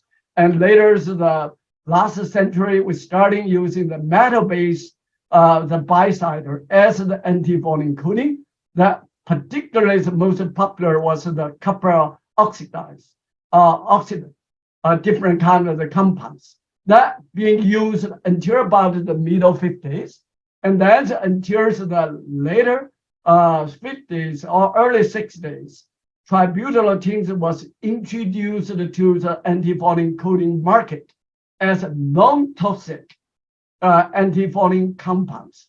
But now everybody in the room understand that the tributylotin was the being actually the banned.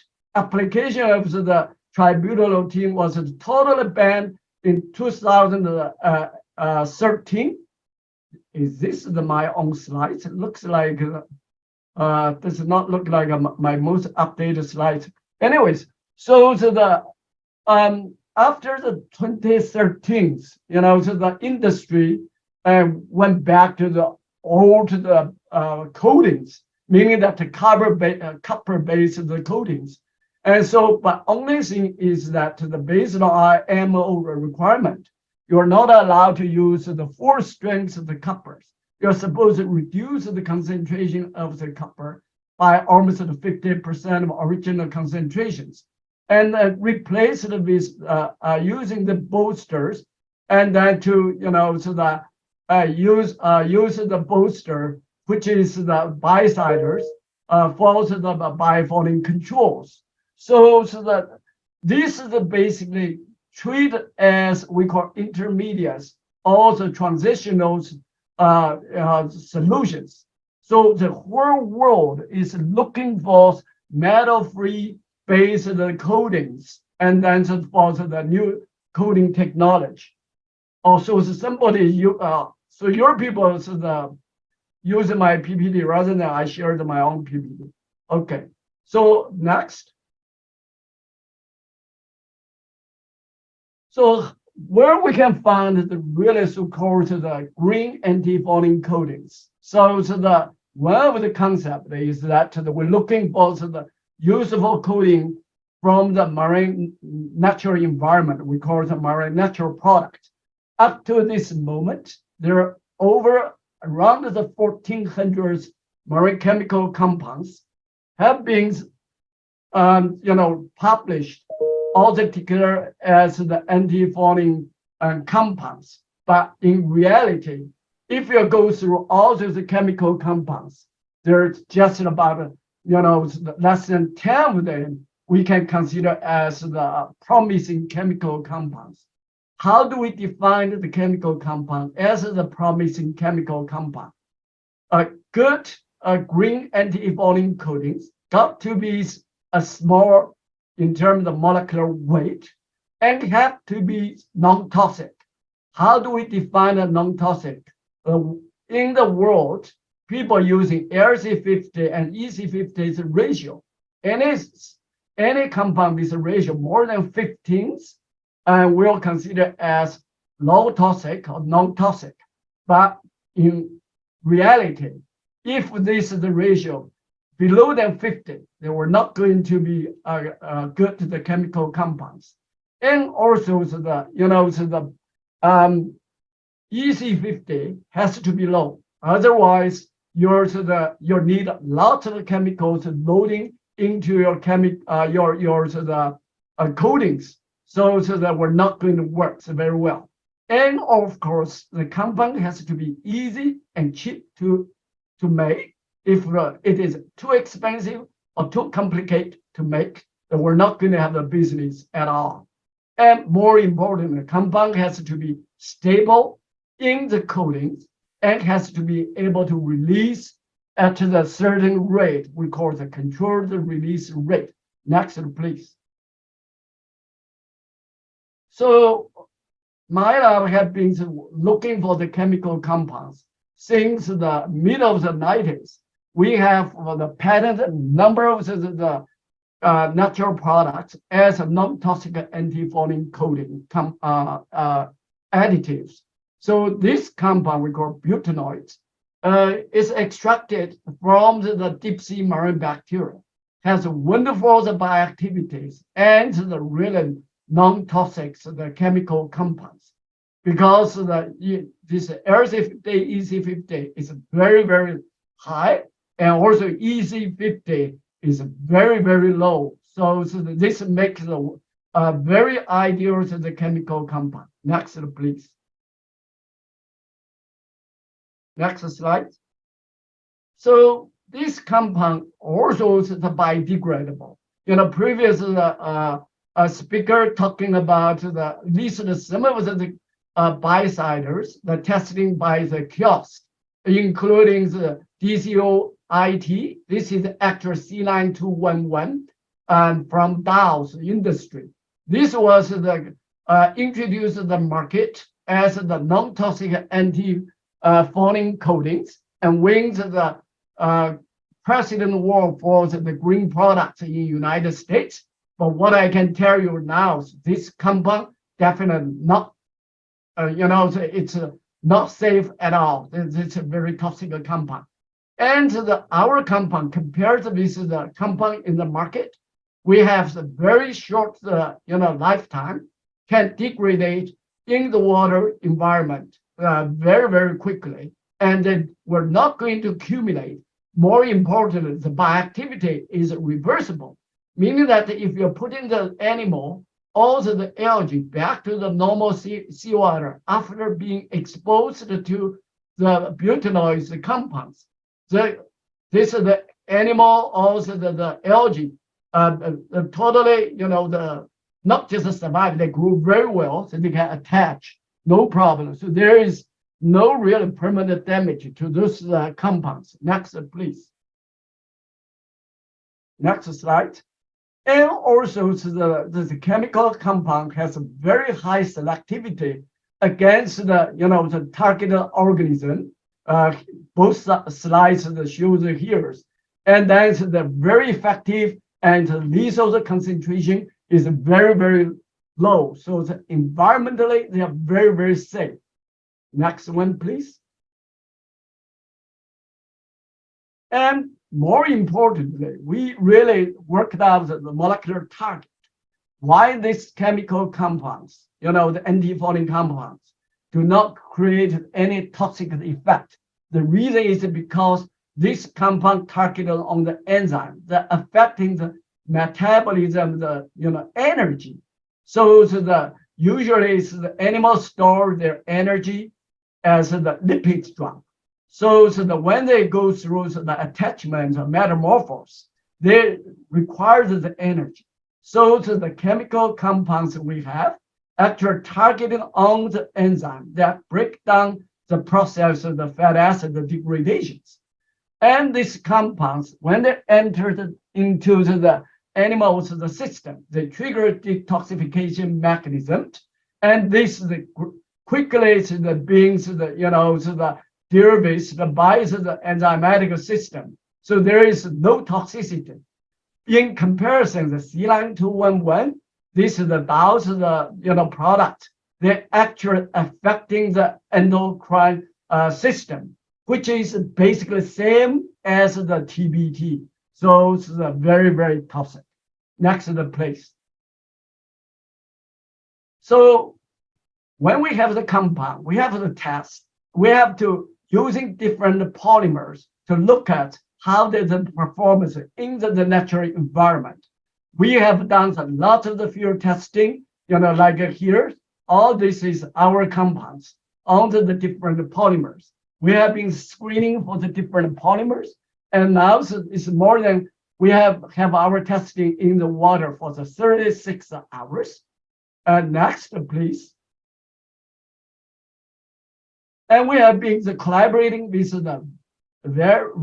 various industry in mainland China and testing on the recreational ships, on cargo ships, platforms, and fishnet.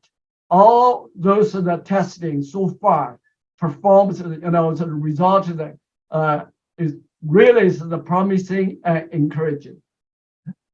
Next, please. So when we compare to the antifouling efficacy and environmental safety, here is our compound compared with the traditional, so-called toxic compound here, and the C-line 211 considered as a non-toxic. And here's another two compound which is already banned by the United States. There's, but some of them still being used in the market. Our compounds really is very effective and non-toxic. So this is really the promising compounds for the new antifouling technology. Next, please. So this is basically, a short story, starting from the laboratories work, testing, screening, and then looking for the non-toxic antifouling compound, and then for the field testing, and then go through technology transfer, and then the development into the industry. Now this is product is under the registration system in China. So I really hope this is the non-toxic antifouling compound can reach the market and replace all of this the toxic antifouling coating currently in the market. Thank you very much. This should be the last slide. This is my university. Welcome you to visit us. Thank you. Thank you so much for a very detailed presentation. Well, sorry Maybe, for the problem and internet problem. Okay. Thank you. Thank you. Do we have any question from the floor? Yes, Indonesia.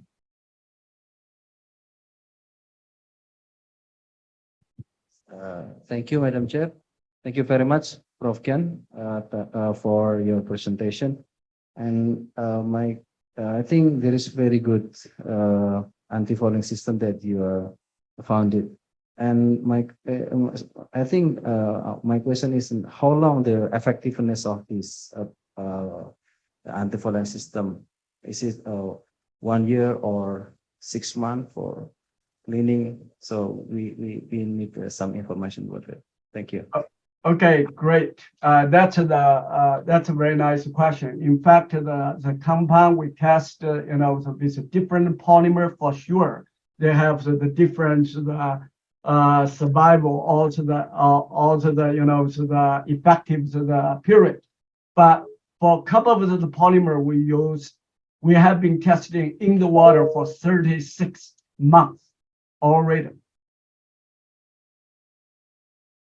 So it's not 1 year. I can tell you most of the anti-fouling coatings, if you're testing in Hong Kong water, they cannot even survive for the 6 months because of the falling of the tube worms. But our compound have been, doing very, very well. So in this water for 24 months. In northern part of China, our testing already lasted for 36 months. Did I answer your question? Thank you. A follow-up question from Indonesia. Thank you, Professor. Would like to ask you, have you ever tested the paint in the tropical water? That is the first question, because we are concerned into the tropical water that it is more warm and the faster growing of falling. That is the first question. The second is, do you have you ever tested for long period? Because just like for FSRU or FSO, that not have to dry docking within 36 months, it will be longer period for them to get docked. That is the two question. Thank you. It's a very nice question.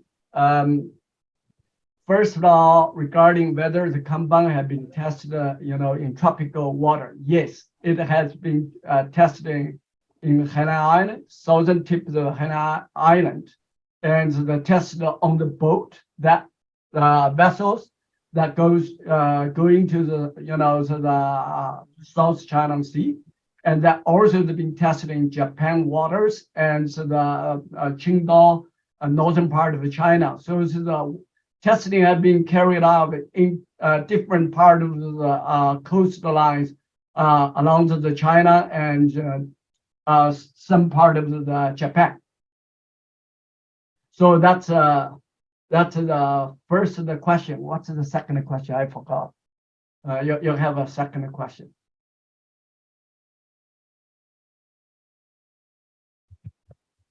Sorry, I forgot the second question. Could you repeat the second question? Excuse me. Have you also developed for the long-term period of the pain, AFS, because for FSO and FSRU has no obligation to dock every 36 months. It can be docked within 5 years, for 5 years. example. Yes. Yes. Now Yes. I know your question. In Yes, fact, and to replace the UL underwater inspection in lieu of dry docking, it's so need more performance of EFS. yes. Thank you. Yeah, I know your question now. So about the longer period of time, because we have been discussing with the ship owners, the association in Hong Kong, and also the mainland China regarding the long-term performance. So for our compound, it is very, very clear. As long as the coating can release the chemical compound, means butanoids, the coating definitely remains effective. So question is, how are we going to generate good polymers, long-lasting polymer that at the same time can release the chemical compound at a relatively consistent rate. So this kind of work still ongoing right now. So we are collaborating with the coating company because this is really the process of the coating productions. It's a formula, optimization of the polymer and the mixture of the antifouling compounds. So it's a still ongoing process. That's definitely our target for longer period of time. Because for the cargo ships, we're all talking about a minimum 5 years of particular oil tanks and so on. But in reality, up to this moment, none of the real coating really can last for that long without repent. Hope. Okay. Thank you. I guess I will give the floor to Miss Lilia before we take a very short coffee break. Miss Lilia, please. Yes, thank you, Mrs. Chair. Just to say that this session was extremely interesting, and it also triggered a number of questions which are very important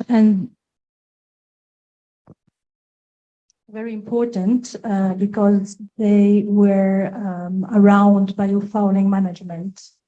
So what measures and how to do it? So very practical questions. So that encouraged me to reiterate perhaps a bit what I mentioned during the opening, which is that there is currently a correspondence group that is working on revising the current IMO guidelines. And I think it is very important that our colleagues here around the table keep themselves updated with the discussions which is taking place at this correspondence group. If I'm not mistaken, there are 3 countries, which are Japan, Korea, and Singapore, which are contributing to that correspondence group. And just to let you know, about the type of issues that this correspondence group is discussing. So they are revisiting the definitions and introducing also new definitions, but they are also working on a number of issues that were mentioned by some colleagues here. They are looking at waste from cleaning. So how to go about it, how to handle waste from cleaning. They are also working on risk profiles. So the risk presented by specific ships based on its operation, but also risk areas for each ship. They are also working on inspections, frequency of inspections, and testing of cleaning methodologies, of the various cleaning, in-water cleaning technology. They are working on the cleaning outcome as well. So they are trying to achieve a standard, an internationally agreed standard that would help the stakeholders to understand when clean is clean. And so all these are very important issues. They are also working on capture rates, which means what is it that when an in-water cleaning performance or even at the dockyard cleaning is performed, what is it that we need to get from the cleaning? So biocides, microplastics, particles from the antifouling coating, debris. So they did not yet agree on a specific standard, but they will eventually agree on a percentage, on a real specific standard. So this is very important. And I would like to encourage you to contribute to this correspondence group. So you are aware of the discussions and you will understand where we are going, at the end of the day. So as much as possible, under Biofouling partnerships, we try to keep our lead partnering countries, but also countries in general, aware of the discussion. We provide, summaries. But if you're interested in contributing to that correspondence group, it's easy. You don't have to travel. It's a correspondence group, so you just receive, drafts and you provide comment. So just reach out to me, and I will put you in touch with the chair of the correspondence group if you have questions. So that's all from my side. Thank you. Thank you so much, and apologies to Indonesia. I guess you still have one question for Dr. Ken's presentation. So the floor is yours. Okay, thank you very much, Madam Chair. So the question still to Professor Kian. Are you still there, Professor? Yes. Can you hear me? Okay, thank you. My name Ketut, yeah. I'm a professor in naval architecture in Surabaya, Indonesia. We have similar work actually on developing anti-fouling coating, as you told us just now. But before that, I would like to tell you and everybody here that we have a good experience about 6 years ago when we did a test on understanding the growing of boundary layer on the bottom of the sea, actually, to learn how biofouling growing. So we work with the University of Southampton and University of Melbourne, and we are funded through Newton Fund from England. On that time, somebody came suddenly from Hempel, Dr. Marcus Tulberg, I remember the name. He asked to join, and he tested his new invention on new anti-fouling coating. And actually, he did two things. first put 3 layers, and the other part we put 5 layers. 1 year after that, when the boat actually went to dry dock, we check what he has done a year before, and surprisingly, with the 5 layer, the surface is clean, no falling at all. But with the 3 layers, there's some debris on the surface. Then we followed his idea when we developed, but still in under laboratory work, using the hydrophobic phenomena. We made an anti-fouling coating with some polymer, and we use 5%, 10%, and 20% concentration. We found similar thing when we use the polymer of 20% concentration. The surface is clean, but 10% is some debris, but 5% thick after 6 months. Actually, you showed us a very nice picture where some part clean, some with heavy falling. Could you tell us more about that, please? Okay, and perhaps later, if we can do further contact, maybe, and we can learn from you.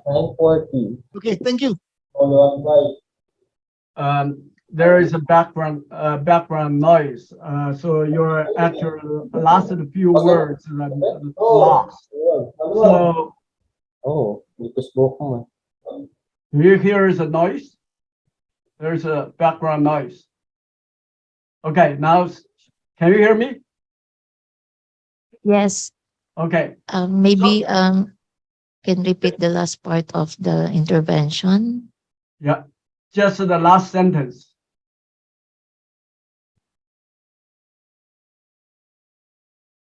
Okay. We did a test similar to Dr. Tulbert did. We use different concentration, 5, 10, 20%. 20% is okay, but we still continue the work. And you show us the good picture about some of your test results. Some clean, some with heavy falling. Could you explain in detail for us, please? Okay, first of all, for a good anti-fouling compound, so of course you first have to look at their bioactivity in the laboratory, right? So I assume you have already done so. So possibly through the laboratory bioassays, you'll find the compound works. And then when you're taking the compound to the field test, you're definitely going to mix your compound with the so-called polymers or coatings. But polymers, so that as I do have a lot of data, I did not, show you all the result today. You need to look at which polymer really works very well with your chemical compounds.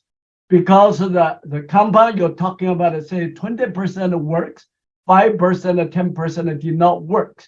One possibility is that your 20% of compound, so that for 6 months, you see that the compounds being released from the polymers. But for 5%, 10%, possibly all your compound being released within a couple of the months. There is no compound remains in your polymer anymore. So this, we found that very well. When we have our compound tested by Japanese companies, they works very well after 4 months with 5% of the concentration. But good thing is that they're checking the remaining residual of the compound in the polymer. They found that there are 2 problems. One kind of polymer they used, they still have a compound inside of the polymer, but somehow this compound cannot be released from polymer at all. So meaning that there is no bioactive compound come out from your coating. That's one problem. Another problem is that for another polymers, there's nothing left. All the compounds have already been released from the coatings. So of course, without the antifouling compounds in your polymer or coatings, there wouldn't be any bioactivity at all. So you really need to think about what kind of polymer you should use. So when polymer works for others as a biocider, not necessarily working for your chemical compounds at all. So this is why we call it, this is chemical. No, we call it the polymers. The production process is a totally engineer oriented. It's even more complicated than the laboratory testing. I really think your compound could be one of these situations. We actually, for our compounds, we tried many polymers. We synthesize, self-release or polishing polymer, biodegradable polymer. We're using different kinds of polymers and mix it up with the antifouling compounds, and then we get different kind of results. So this is kind of optimization process, require lots of time. I hope I answer your questions. Okay, thank you very much. Perhaps later you can share, maybe you have a published paper, or you can make further discussion via email then. I can send you a lot of our publications, so that our compounds are patented in the United States and in China. We have lots of publications regarding the mode of actions, the toxicity, environmental safety. I had in my lab 3 PhD theses on this single compound.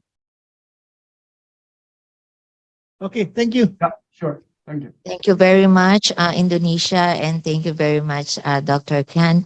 With that, I guess let's have a very quick coffee break. Although actually we have started it na. So we'll resume after maybe 3:30. We'll resume for the next steps and for the summary of our meeting. Thank you. Thank you very much.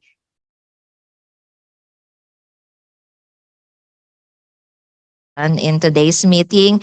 And before that, may I just acknowledge the presence of Attorney Hernania Fabia, the Marina Administrator. Thank you, sir, for joining in this session. Moving forward, I guess I will invite PEMC to provide the next steps after this meeting. Miss Amy, please. Thank you very much, Chair. If we can put the...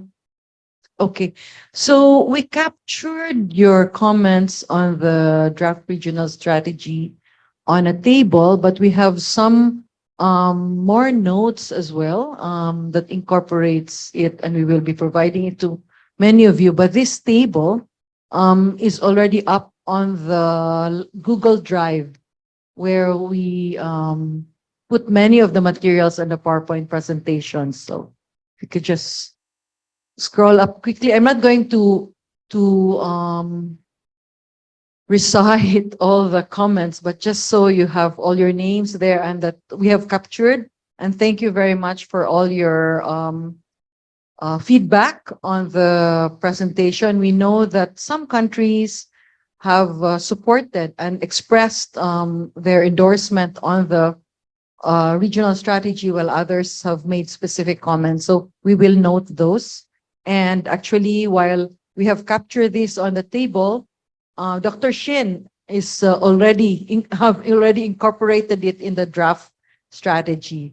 So just so you know that we have, in the spirit of inclusiveness and transparency, we have captured many of your comments, and we're grateful for that, because that's our direction also that we receive from the country partners. As for the next steps, not just to develop the regional strategy, but moving forward. So as I mentioned, the summary of comments in a tabular form is already in the shared link.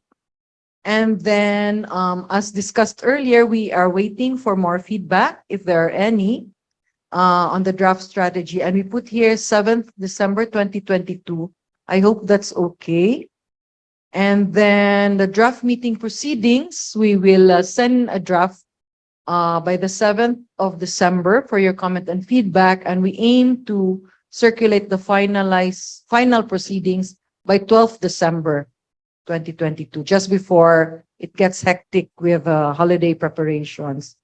And then, as we have mentioned frequently, we will be presenting this draft strategy also at the 15th East Asian Seas Partnership Council, which is the PEMC governing board, in not in July 2023, but actually on November 29.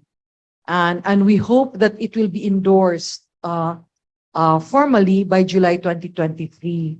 And we will also incorporate the biofouling activities that were directed to PEMC in our Sustainable Development Strategy for the Seas of East Asia Implementation Plan 2023-2027. And I have here taken the liberty of putting IMO to present the biofouling strategy at the ASEAN Working Group on Maritime Transport, because they have an observer status during the open-ended session meeting. And I think it's either Josephine Oranza from the Asia Pacific Office who takes on the lead, or the Department of Partnerships in IMO, and of course Lilia and her team from the Global Project will be instrumental for this report.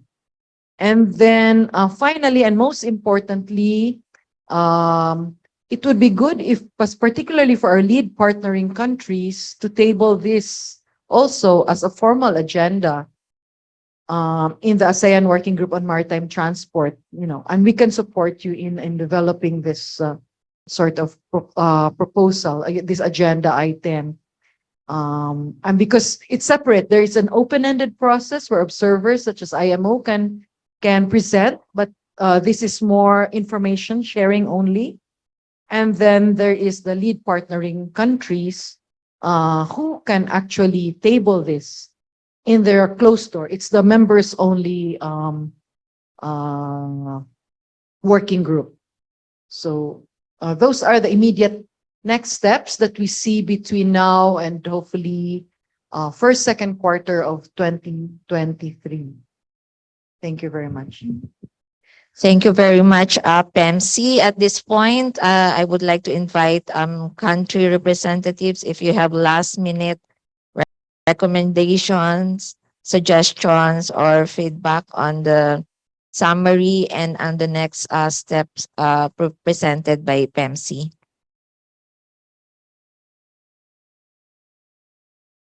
Seeing no cards up or hands from the virtual participants, I also invite IMO for any final comments or feedback before I provide the summary of the meeting. Thank you, Mrs. Chair. IMO will be happy to support the uptake of this regional strategy. We will see who does it exactly, but yes, as we have an observer status, we can present the strategy as an information.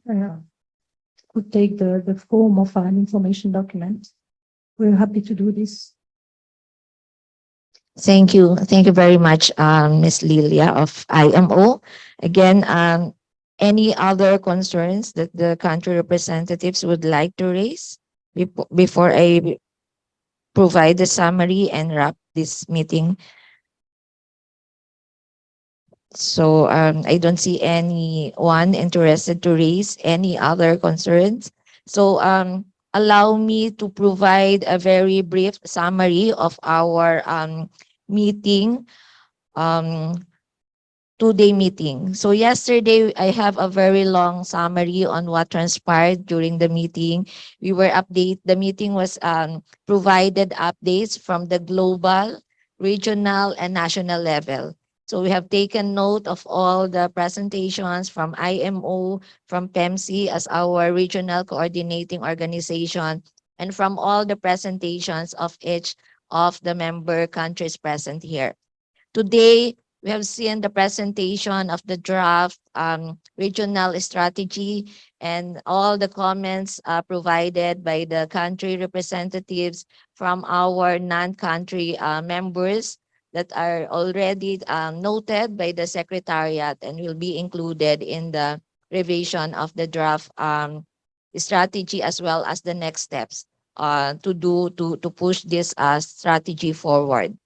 We also had a very good and comprehensive presentation on the technologies, the innovation, research and development in relation to biofouling management from Global Testnet, from Task Global, and from the Hong Kong University of Science and Technology. So with all of this, I could say we had a very productive 2-day meeting.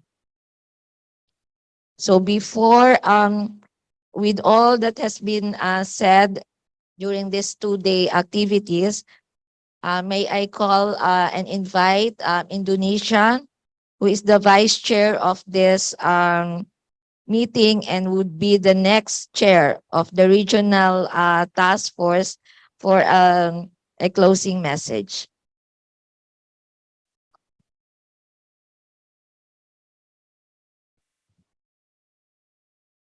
Thank you, Madam Chair, and all member of delegates. First of all, I would like to echo the previous statement in expressing our sincere appreciation and thanks to IMO for the continued support and to GEF, and UNDP for providing funds for this project. I also wish to thank IMO VCU on Biofouling project, Miss Lilia, and the all team. I would greatly appreciate to your encouragement. As the largest archipelagic country, Indonesia faces challenges regarding the potential spreading of biofouling. Moreover, around 200 vessels per day passing through from the Pacific to Indian Ocean and vice versa, potentially transferring harmful aquatic species through biofouling. We have hundreds of seaports and shipyards that also have the potential. Since biofouling is only a national issue, we seek strong cooperation from other countries to minimize or to eliminate the spreading of invasive aquatic species. Indonesia, as LVC in East Asia Seas, together with the Philippines, is ready to welcome you all to Indonesia next year to finalize this regional strategy.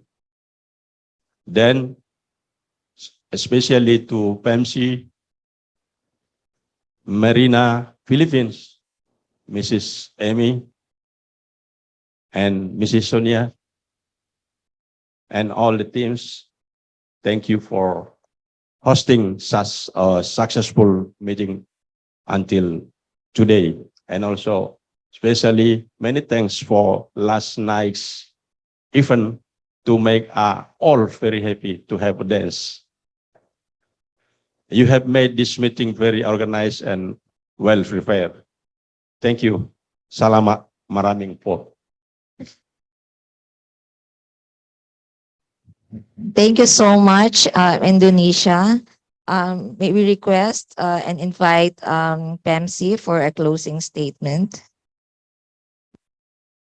Well, I echo the thanks to all of the country participants who came here today and also those who are online and our resource speakers, Yusik Kim, Guillaume Drie, as always. Thank you very much for all your assistance and your guidance and your advice to us. This is new for PEMC, so it's quite daunting sometimes. And I know we can always rely on your feedback and advice, Guillaume, Yusik, and also Professor Ken. We have now an ally who's willing to also provide the region with technical assistance. So thank you for that. And of course, Marina, maraming salamat talaga. Your team has made our work lighter also as host. Lilia, Ernesta, PCU, always just a phone call away, an email away. So it's been a pleasure working with IMO on this project. I just have one message to the country participants in particular. When you go home, please inform your colleagues, inform your senior management about this regional biofouling strategy and the importance of it, because we are actually making history. We are creating the steps because eventually we will know that there will be a global convention. Lilia has been telling you about this correspondence group. This will happen. There will be a regulation someday. So we don't want to be caught flat-footed on that. So you are already making yourselves a part of the historical process in developing a homegrown regional strategy, and then that could input into a global convention or guidelines or whatever. So this is really important. So please take it seriously. Please, if we can have continued similar representation, or at least if you change your jobs or if there's a new person coming on board, please let us know. And if you have issues, please let us also know in terms of how we can help. Timor-Leste, Lao PDR, Cambodia, Brunei Darussalam. And so yes, we are here to help all of you. And so do not hesitate to approach PEMC, and you have met the PEMC team as well. So thank you. And I would just like to ask Elsie to stand up because she's been single-handedly working on this from PEMC, arranging your flights, getting your confirmation, all your details. So, and and also lastly, Mr. Shin for the regional strategy. Okay. All right. So that's all from my end. Thank you, Miss Amy, and may we invite a short statement from IMO. Thank you, Mr. Chair. Well, from IMO side as well, I can say that we had very productive 2 days. I think we have a very good strategy. I find the strategy and its action plan clear, practical. Of course, this will be enriched and revisited with the comments that were made today. But it's a very good strategy, and as I said, we will be happy to support it on our side. And I think it's very important. Your work is very important because I don't want to end this meeting on a negative note, but I would like to recall that we are witnessing marine biodiversity loss at a very accelerating path, and this is worrying. And of course, you are all aware of the climate change issue, and managing biofouling on ships is a way to minimize, these problems, both by minimizing the introduction of invasive aquatic species, which is one of the main drivers for marine biodiversity loss, and also contribute to decrease greenhouse gas emissions. So it's very important, and it's high on the IMO agenda, as you all know, and also on the agenda of other global organization. With this, I would, of course, like to thank all of you for your time, for your interest, and I hope that this effort will continue after this meeting. We have the next steps clearly described, so we have a clear path for the way forward, and we will be providing, our continuous support so that this regional strategy is eventually endorsed, adopted, and most importantly, implemented by the region. With this, I will address my compliments to the Philippines for the excellent hosting. We had not only a very good and productive meeting, but also we had a very good time, and it was a pleasure to have an opportunity to meet you all in person and also discover some other skills such as dancing and singing, which was great. Thank you very much for that. Thank you for the great hospitality. Thank you to PEMC as well, of course, and all the team. PEMC's team, they've been working hard as well to make this meeting well organized, and they were very prepared. So congratulations, really well done. And yes, congratulations, really well done to all of you. And that's it on our side. Let's keep in touch. And if you need any additional support, please reach out to AME, to PEMC, and we will definitely investigate all the way that are possible to continuously support you. So not only the LPCs, but also the PCs or countries which are not LPCs, no PCs. Anyway, we'll find a way to support any country which is interested in progressing this issue. Thank you very much. Thank you very much, IMO. At this point, may I call on our administrator for the closing remarks. To the International Maritime Organization Biofouling Partnership Project Manager, Ms. Lilia Cojet Elkil. To the Partnerships in Environmental Management for the Seas of East Asia, headed by Ms. Amy Gonzalez. The Regional Consultant on Biofouling Strategy, Dr. Wong Tai Chin. To Ms. Sonia B. Malaluan, Deputy Administrator for Planning, Marina, as Chair of the meeting. Attorney Josephine Uranza, IMO Regional Coordinator for East Asia, who is joining us virtually. Delegates from participating countries and non-government partners and academe. Representatives from the Philippine government agencies, esteemed guests, ladies and gentlemen, good afternoon. On behalf of the Republic of the Philippines, I want to convey our sincerest appreciation to all the delegates present here today and those that are participating virtually for sharing your valuable time and expertise to this second regional task force meeting on biofouling management.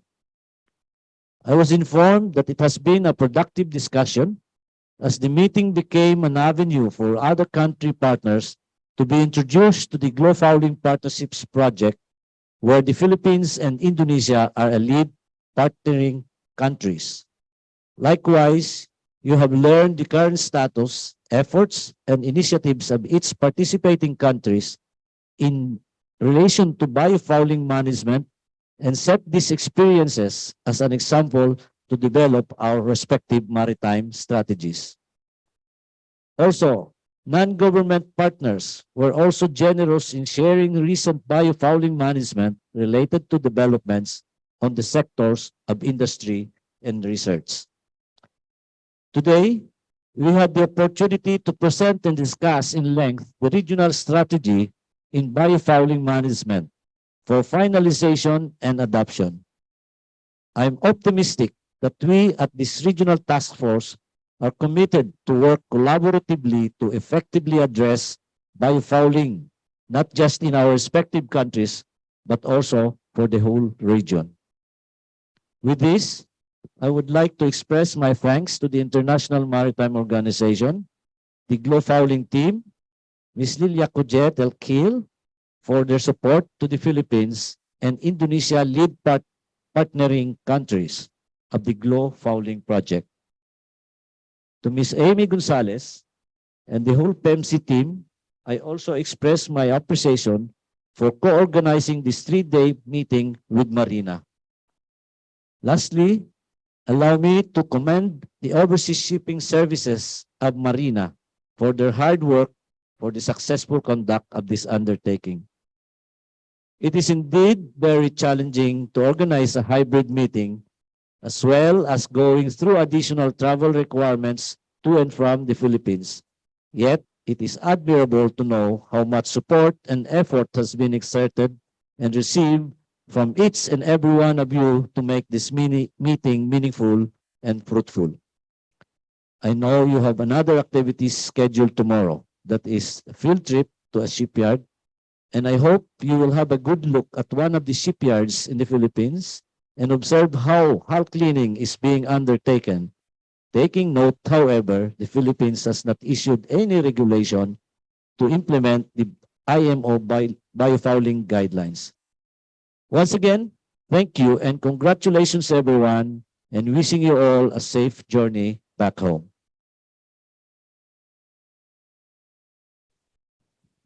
Thank you, Administrator Fabia. As your chair, I wish to convey my heartfelt gratitude to each and everyone. Of course, the Glofouling Partnership team from IMO, the PEMC team, and every representatives from the participating countries, our non-country members, the Marina team, and the Philippine delegation. Thank you so much for a very active participation and for all your support and cooperation. So this officially concludes our second regional task force meeting, and I look forward to meeting all of you in the third regional task force meeting. Thank you and mabuhay.